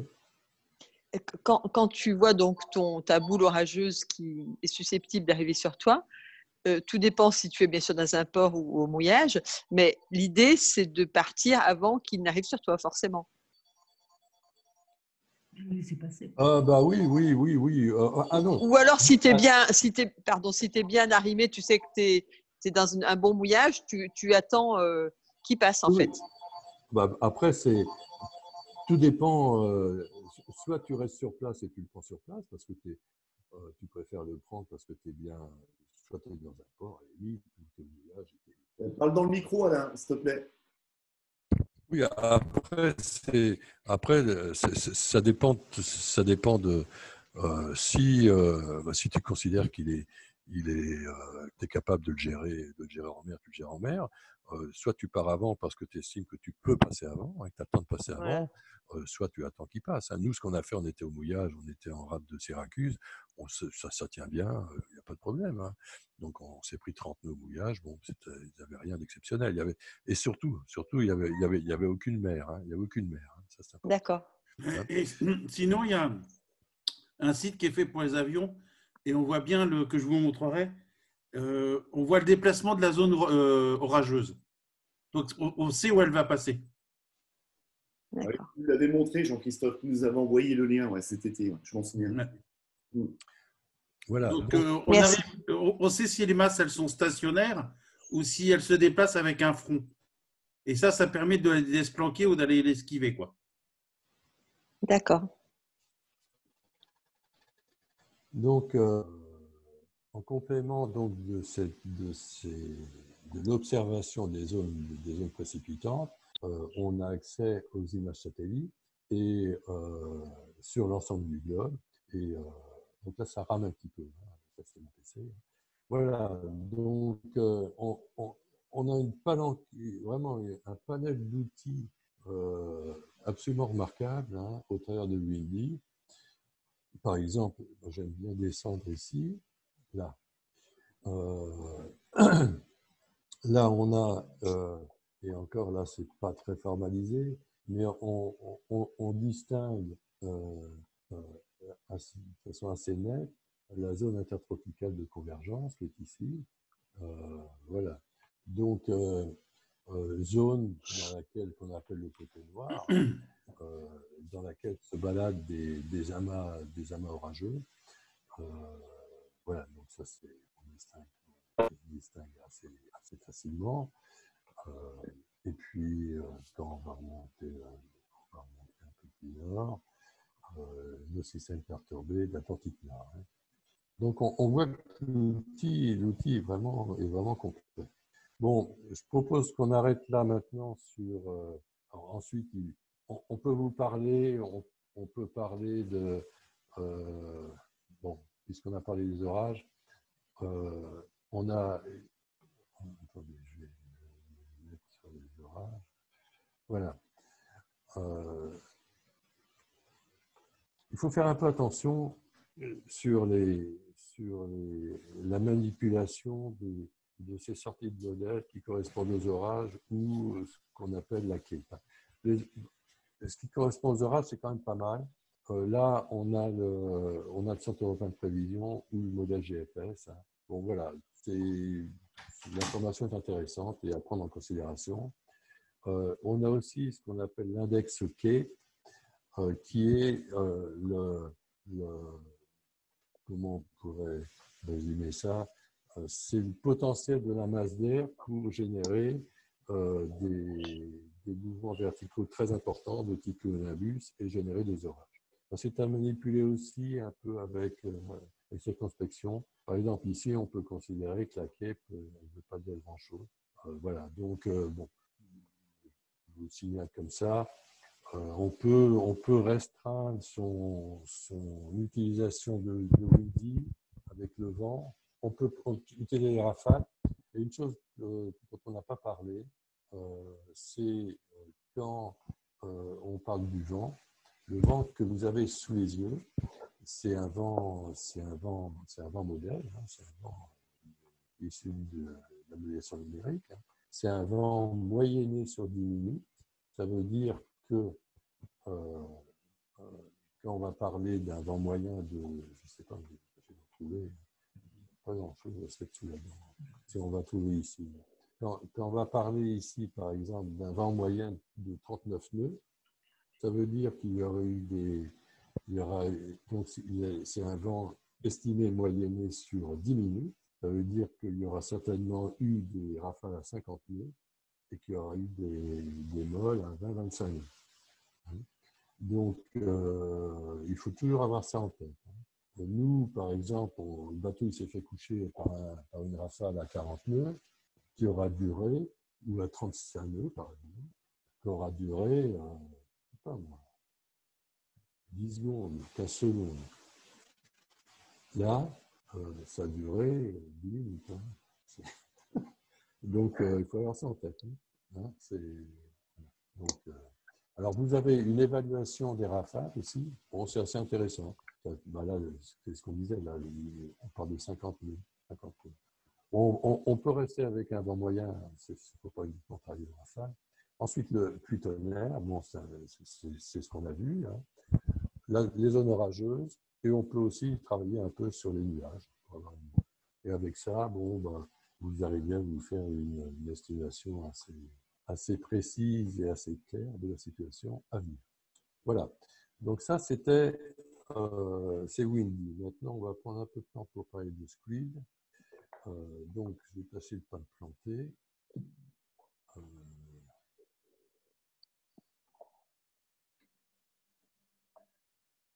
Il reste 20 minutes, Alain. Ouais, c'est ce que j'ai vu. Ouais, j'ai pris un peu de temps là, sur Squid. Dommage.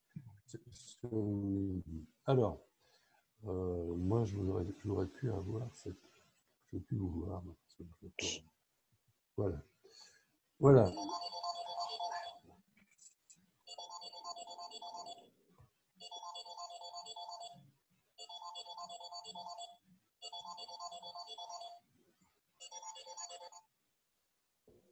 Bon, alors, là, on est sur un outil qui va vous permettre de rapatrier des champs, des grilles, sur vos zones d'intérêt et de pouvoir vraiment travailler en finesse. Alors, ça, c'est l'interface de la version, ce qu'on appelle desktop de Squid, hein, qui n'est pas la même que la version mobile. La version mobile que beaucoup estiment ne pas être à la hauteur de cette version-là. Alors, je vais vous montrer très simplement comment ça fonctionne. Celle-ci, c'est la version quoi tu as dit, Alain, je n'ai pas entendu. C'est la version desktop, enfin, voilà, la version desktop. PC, quoi. PC.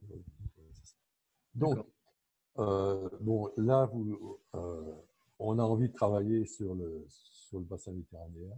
Donc, on va cliquer en haut à gauche sur météo.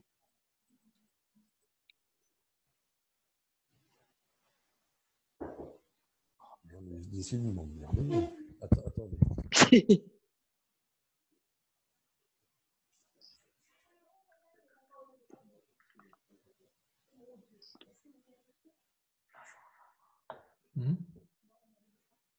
On a perdu Alain.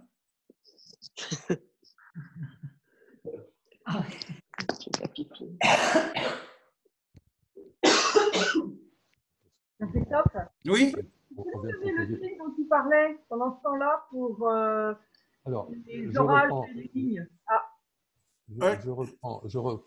On verra après. Je reprends. Donc sur météo, on va télécharger donc un fichier.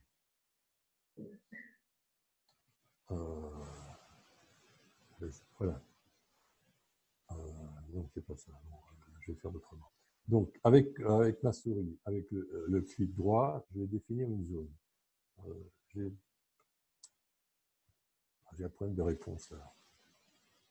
Voilà. Il y a un petit temps de. Ouais, il y a un temps. Bah, tu as pris une grande zone? Oui, j'ai pris une grande zone. J'ai pris une grande zone. Je ne sais pas tellement laquelle. Hein. Bon, j'ai pris une grande zone. Enfin bon, c'est pas grave. Sur la gauche, c'est les paramètres que vous pouvez récupérer. Au milieu, c'est les modèles sur lesquels que vous pouvez prendre. D'accord ? Et à droite, c'est la configuration de votre demande. Donc, on va s'intéresser au vent. On va s'intéresser qu'au vent. On va faire au plus. On va s'intéresser qu'au vent. Et donc, il y a des modèles qui sont barrés. C'est ceux auxquels on n'a pas le droit parce qu'on n'a pas l'abonnement qu'il faut. Là, l'abonnement que j'ai, c'est AXE Europe, qui correspond à la zone européenne et qui coûte 33 € par an. C'est pas la mort, hein. Ça fait deux années. Donc voilà, donc les modèles qui sont barrés, il y a un modèle CEP IRLAM dont on a un peu parlé, qui a une résolution de 0,1 degré à 2 jours. C'est un modèle à maille fine. On va descendre. On a ici des modèles à maille fine développés par les développeurs de Squid qui peuvent être intéressants. Je vous en parlerai peut-être une autre fois. On a les modèles GFS avec des résolutions différentes. Et on a le modèle arpège à 9 km, à 56 km, et on a nos modèles à ronde. Donc, sur zone, on va prendre le modèle arpège, et c'est un modèle qui va faire 256 kilobits, hein, et on va le rapatrier sur zone.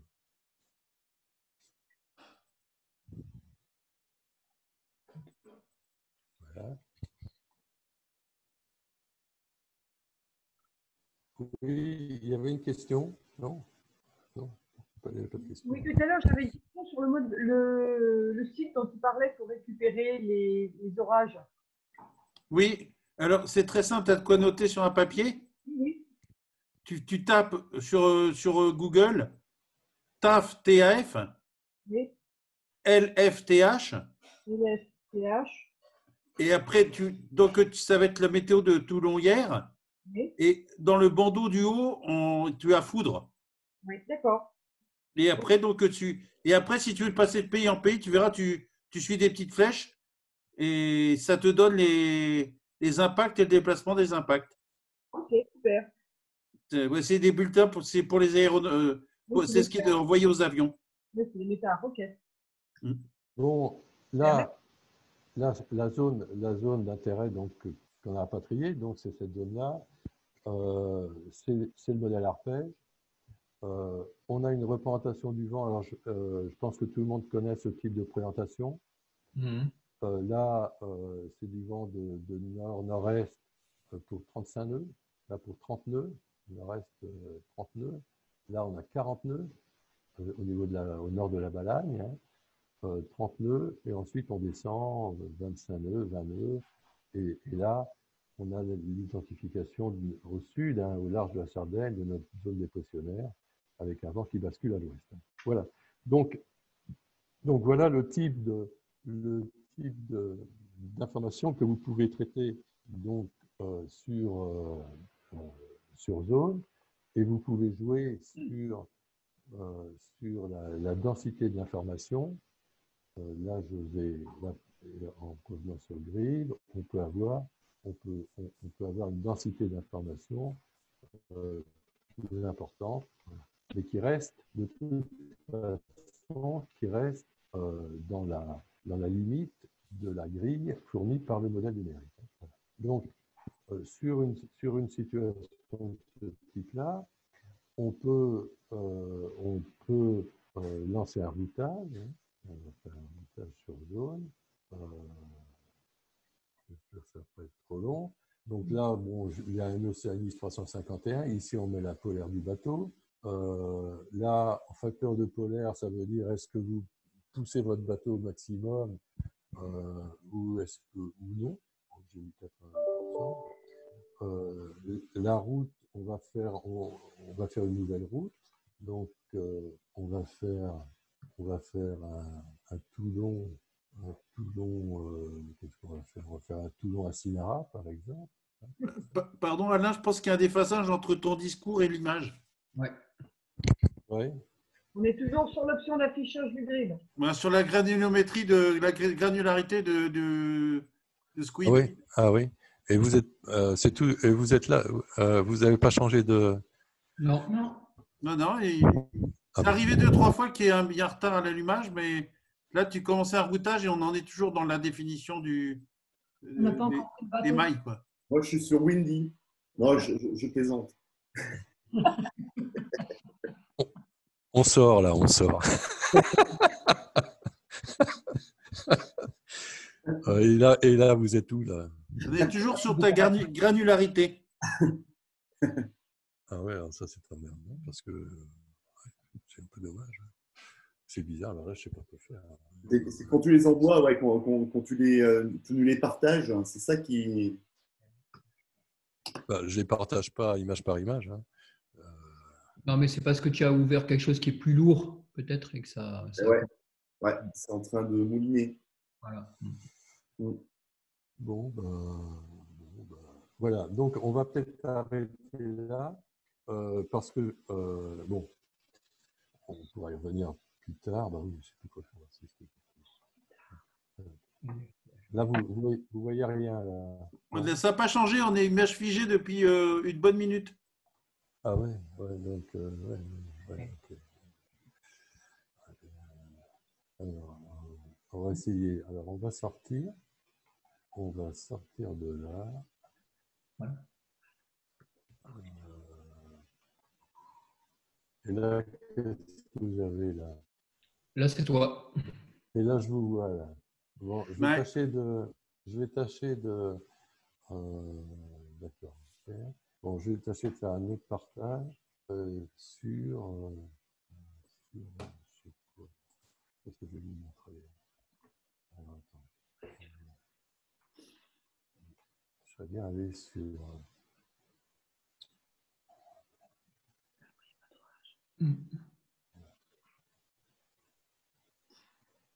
Et là, vous voyez, qu'est-ce que vous voyez là? Toujours toi. On te voit, toi. Maintenant, vous, Olivier. Et... Maintenant, on te voit, toi. Ouais. Oui, on t'en va. Ouais, on fait un tour de périscope, là. Celui qui parle, c'est celui qui dit qu'il est vu. Oui, moi, j'ai un message qui m'affiche en haut. La bande passante de votre réseau, Alain Fouadard, est faible. Donc, je pense que c'est peut-être l'explication. Ouais, je pense à ce moment-là. C'est ta bande passante, Alain. Là, il faut que je sorte la dynamo. Et là, attendez, je vais voir si vous pouvez. Là, vous voyez quelque chose là? Ça va arriver. Ça va venir. Comparatif, abonnement. Voilà. Donc, pour l'instant, on va laisser tomber un peu l'utilisation de Squid. Là, on est sur Squid Selling, qui est le point d'entrée de Squid en quelque sorte. Hein.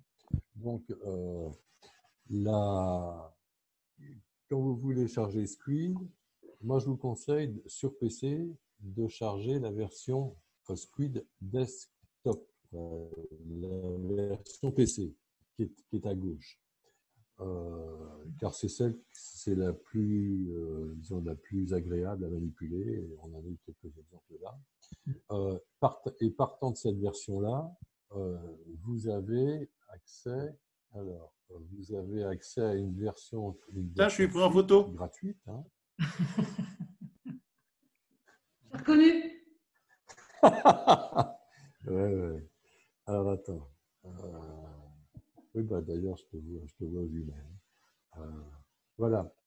Donc, sur la version, quand vous chargez la version desktop, vous êtes automatiquement, enfin, il me semble, dans la version free, gratuite, qui vous permet d'avoir, en fin de compte, qui vous permet d'avoir le GFS, le modèle GFS. Hein. Le modèle arpège à 56 km, ça veut dire que entre Toulon et Calvi, il doit y avoir 2 points ou 1 point. Voilà, donc à mon sens, ça ne vaut pas tellement le coup. Par contre, de se prendre la version ICE Europe, qui couvre l'intégralité de la Méditerranée, enfin peut-être pas jusqu'au Liban. Hein. Et là, vous avez tous les modèles dont on parlait, et notamment la possibilité de faire du routage. Donc, c'est, à mon sens, ça vaut le coup. Au niveau du prix, on est dans des par exemple, ici sur la version Europe, ils ont une 9 € par mois. 9 € par mois que tu multiplies par 12 et ça te fait 33 €. Donc, tu vois, ils ne savent pas faire de multiplication. Voilà, 34 € à l'année. Voilà. Et ça vaut vraiment le coup. 10 centimes par jour, quoi. Ça mériterait une présentation plus fine. Hein. Présentation que je peux faire en partie dans le PowerPoint, mais ça va être un peu tard. Hein. Parce qu'il y a vraiment c'est dommage de s'en priver. Je vais tâcher de faire un autre partage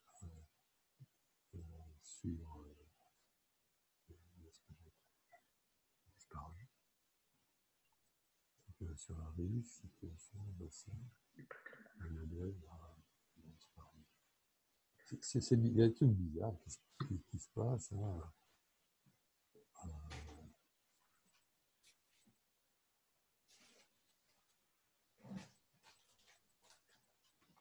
Non, moi je pense qu'on va s'arrêter là. C'est pas, oui, en effet, c'est pas complet. Ce qu'on pourrait faire, c'est se refaire un rendez-vous qui pourrait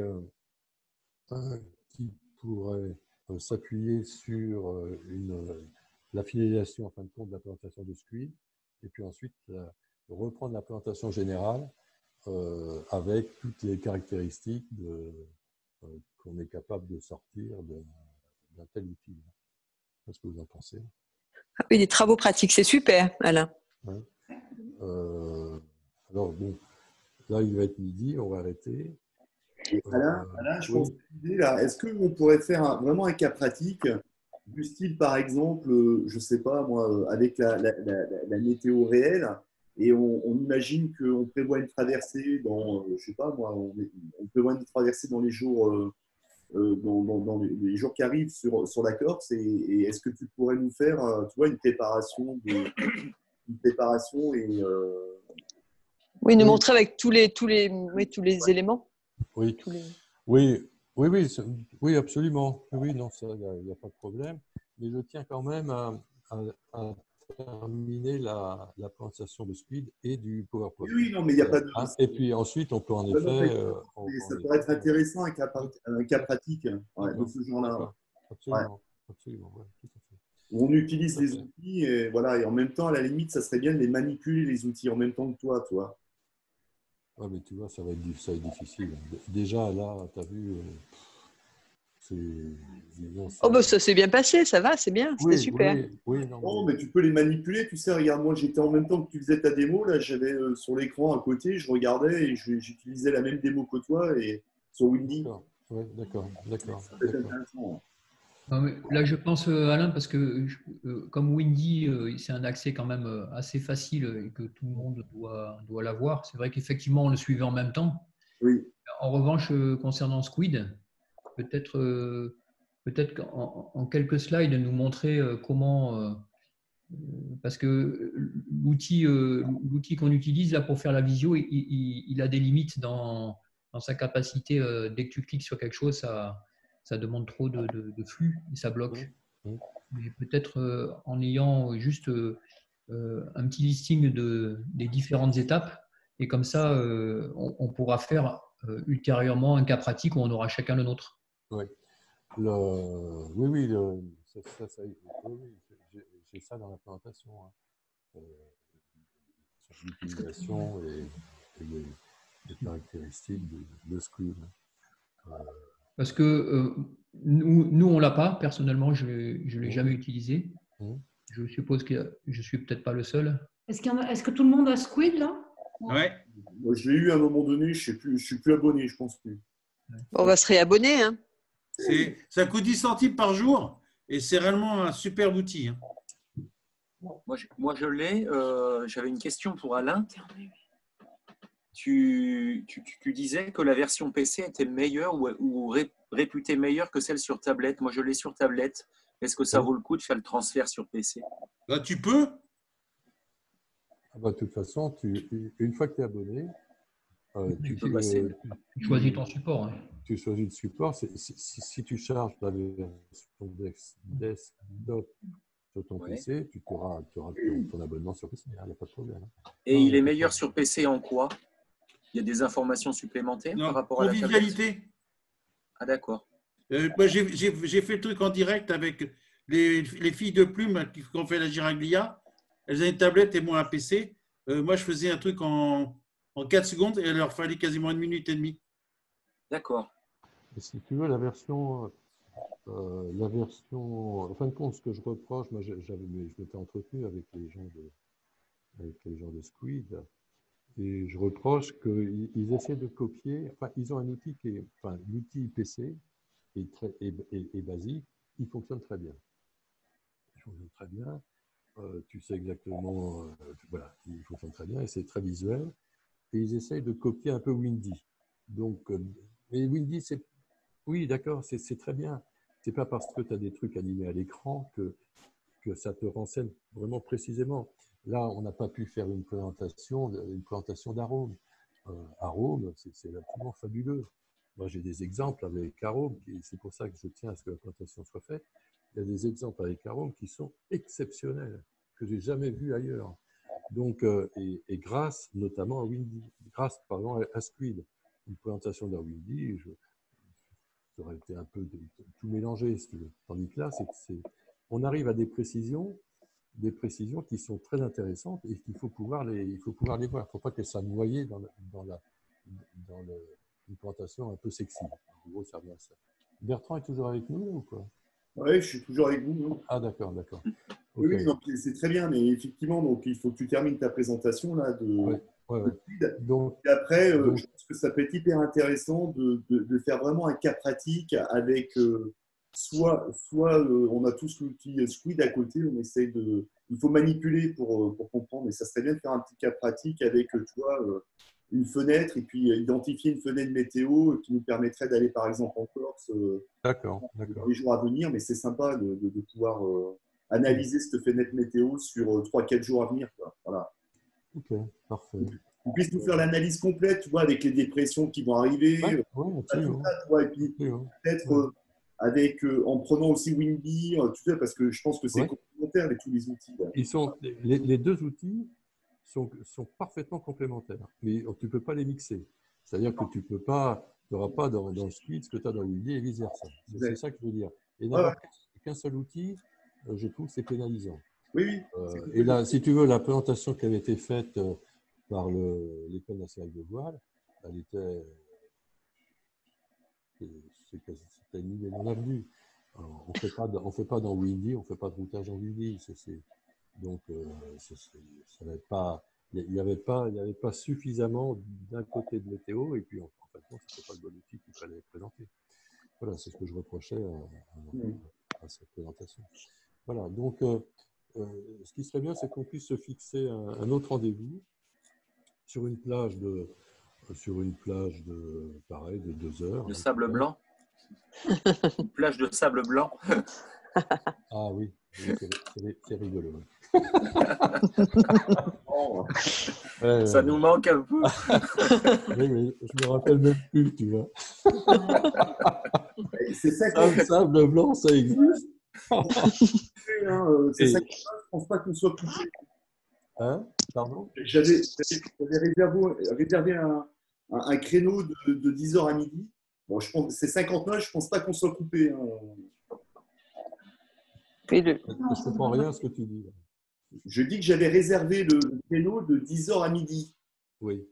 J'espère qu'il ne va pas être coupé, c'est 11h59. Ah, 59, oui. Donc, non, mais je parle que tu parles du prochain créneau. Non. Et quand est-ce qu'on se revoit alors?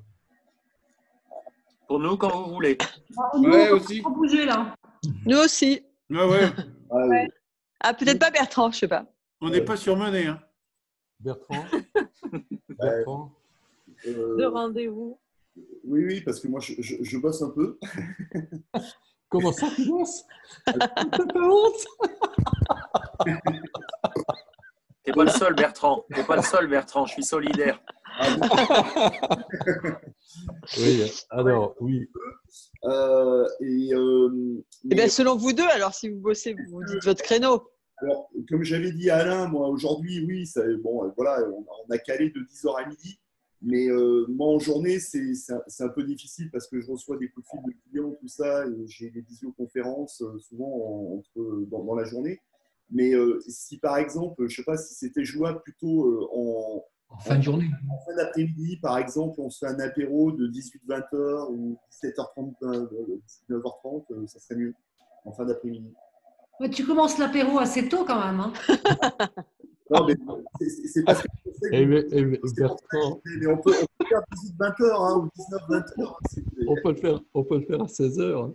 Hein. Aussi, au goûter. Tu te rappelles pas le coup de tu te rappelles pas la bouteille de whisky? La bouteille de whisky, Valentin? Oui. Ah oui, non, je vous le raconte rapidement. Ouais. On était, je ne sais plus où, on était à Porquerolles. On était à Porquerolles et puis ma sœur fait du sirop de menthe absolument remarquable. Et ce sirop de menthe, il a une couleur jaune un petit peu ambrée. Et j'avais mis dans une bouteille de Valentine's. Et donc on était dans le cockpit et puis on se prenait un verre de sirop de menthe. Et puis il y a Bertrand qui passe et je lui montre la bouteille. Je lui dis tiens, si tu veux, tu prends un coup. Alors Bertrand qui nous regarde et qui dit oh ben 16h, c'est un peu tôt.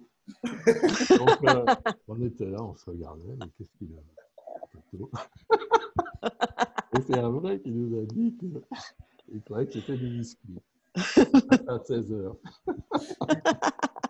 Et là, c'était assez marrant. Non, mais vous m'avez J'étais à bord. C'était à bord? C'était à bord. Ouais, c'était avec Sylvie et moi. Ouais, d'accord. Et Françoise. Bon, donc, oui, bah, Pardon? On fixe une date? Oui. Ça vous convient quand?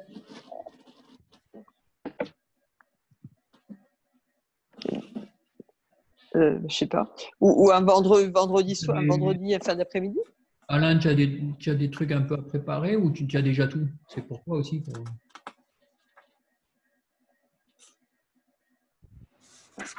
Bon, moi, je n'ai pas de... Non, c'est bon. On peut faire. T'as les reines du shopping à la télé avant, hein?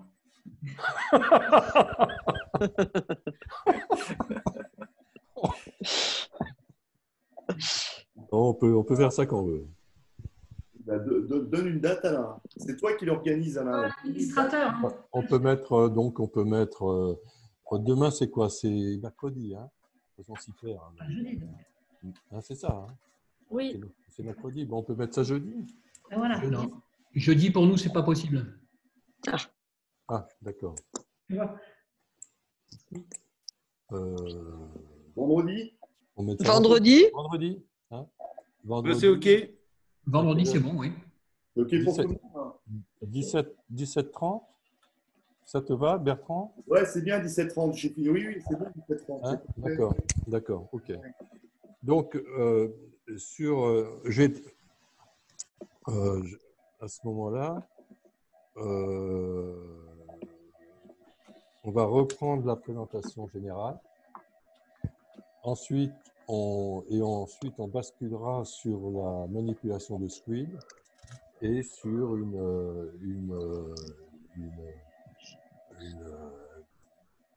et puis si on a le temps, on fait une traversée sur la Sarne. Ouais. Hein? Avec un atterrissage sur une belle plage de sable blanc.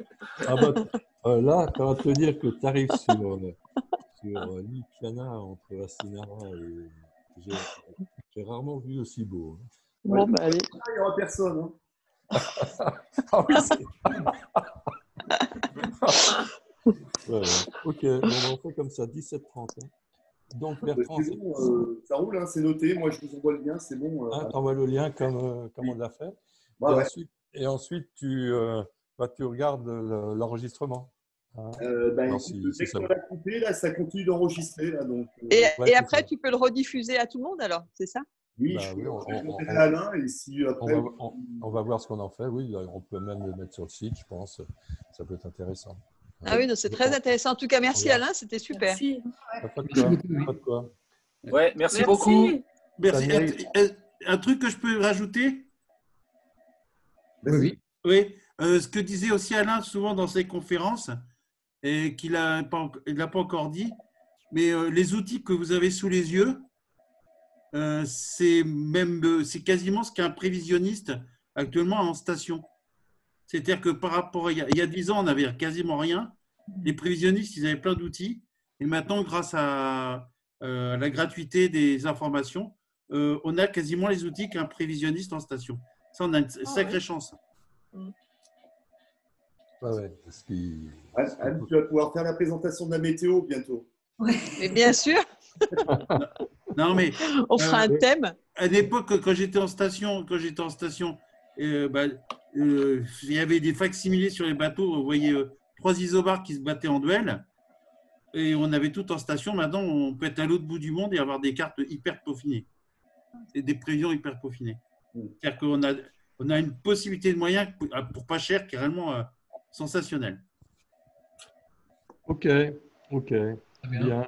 Est-ce que, Aimé, tu as pu entendre… Il a dit OK pour vendredi soir. Tu as dit OK? D'accord. Et ouais, là, tu as des écouteurs, là, il me semble. Tu as des écouteurs? Et ça ne marche pas non plus. Ouais. Si, tu entends bien. Mais ça serait bien qu'on puisse t'entendre. Hein. On t'entend, Émilie, non? Coucou. J'avais pas vu Viviane. On t'entend pas? Hein? Il a envoyé un petit encart écrit sur l'écran. Je ne sais pas si vous l'avez vu. Dans le chat? Oui. Merci Alain. Merci Alain, c'était écrit. D'accord. Ouais. Bah, écoute, il communique, mais par écrit. Bah, merci de ton merci. Ok, allez. Bon, bah écoutez, bon appétit à tous. Hein, oui, bon appétit. Et merci encore. Ouais, merci encore. On se revoit vendredi. Hein. Ça marche. Vendredi. Au revoir. Ciao. Ciao. Au revoir.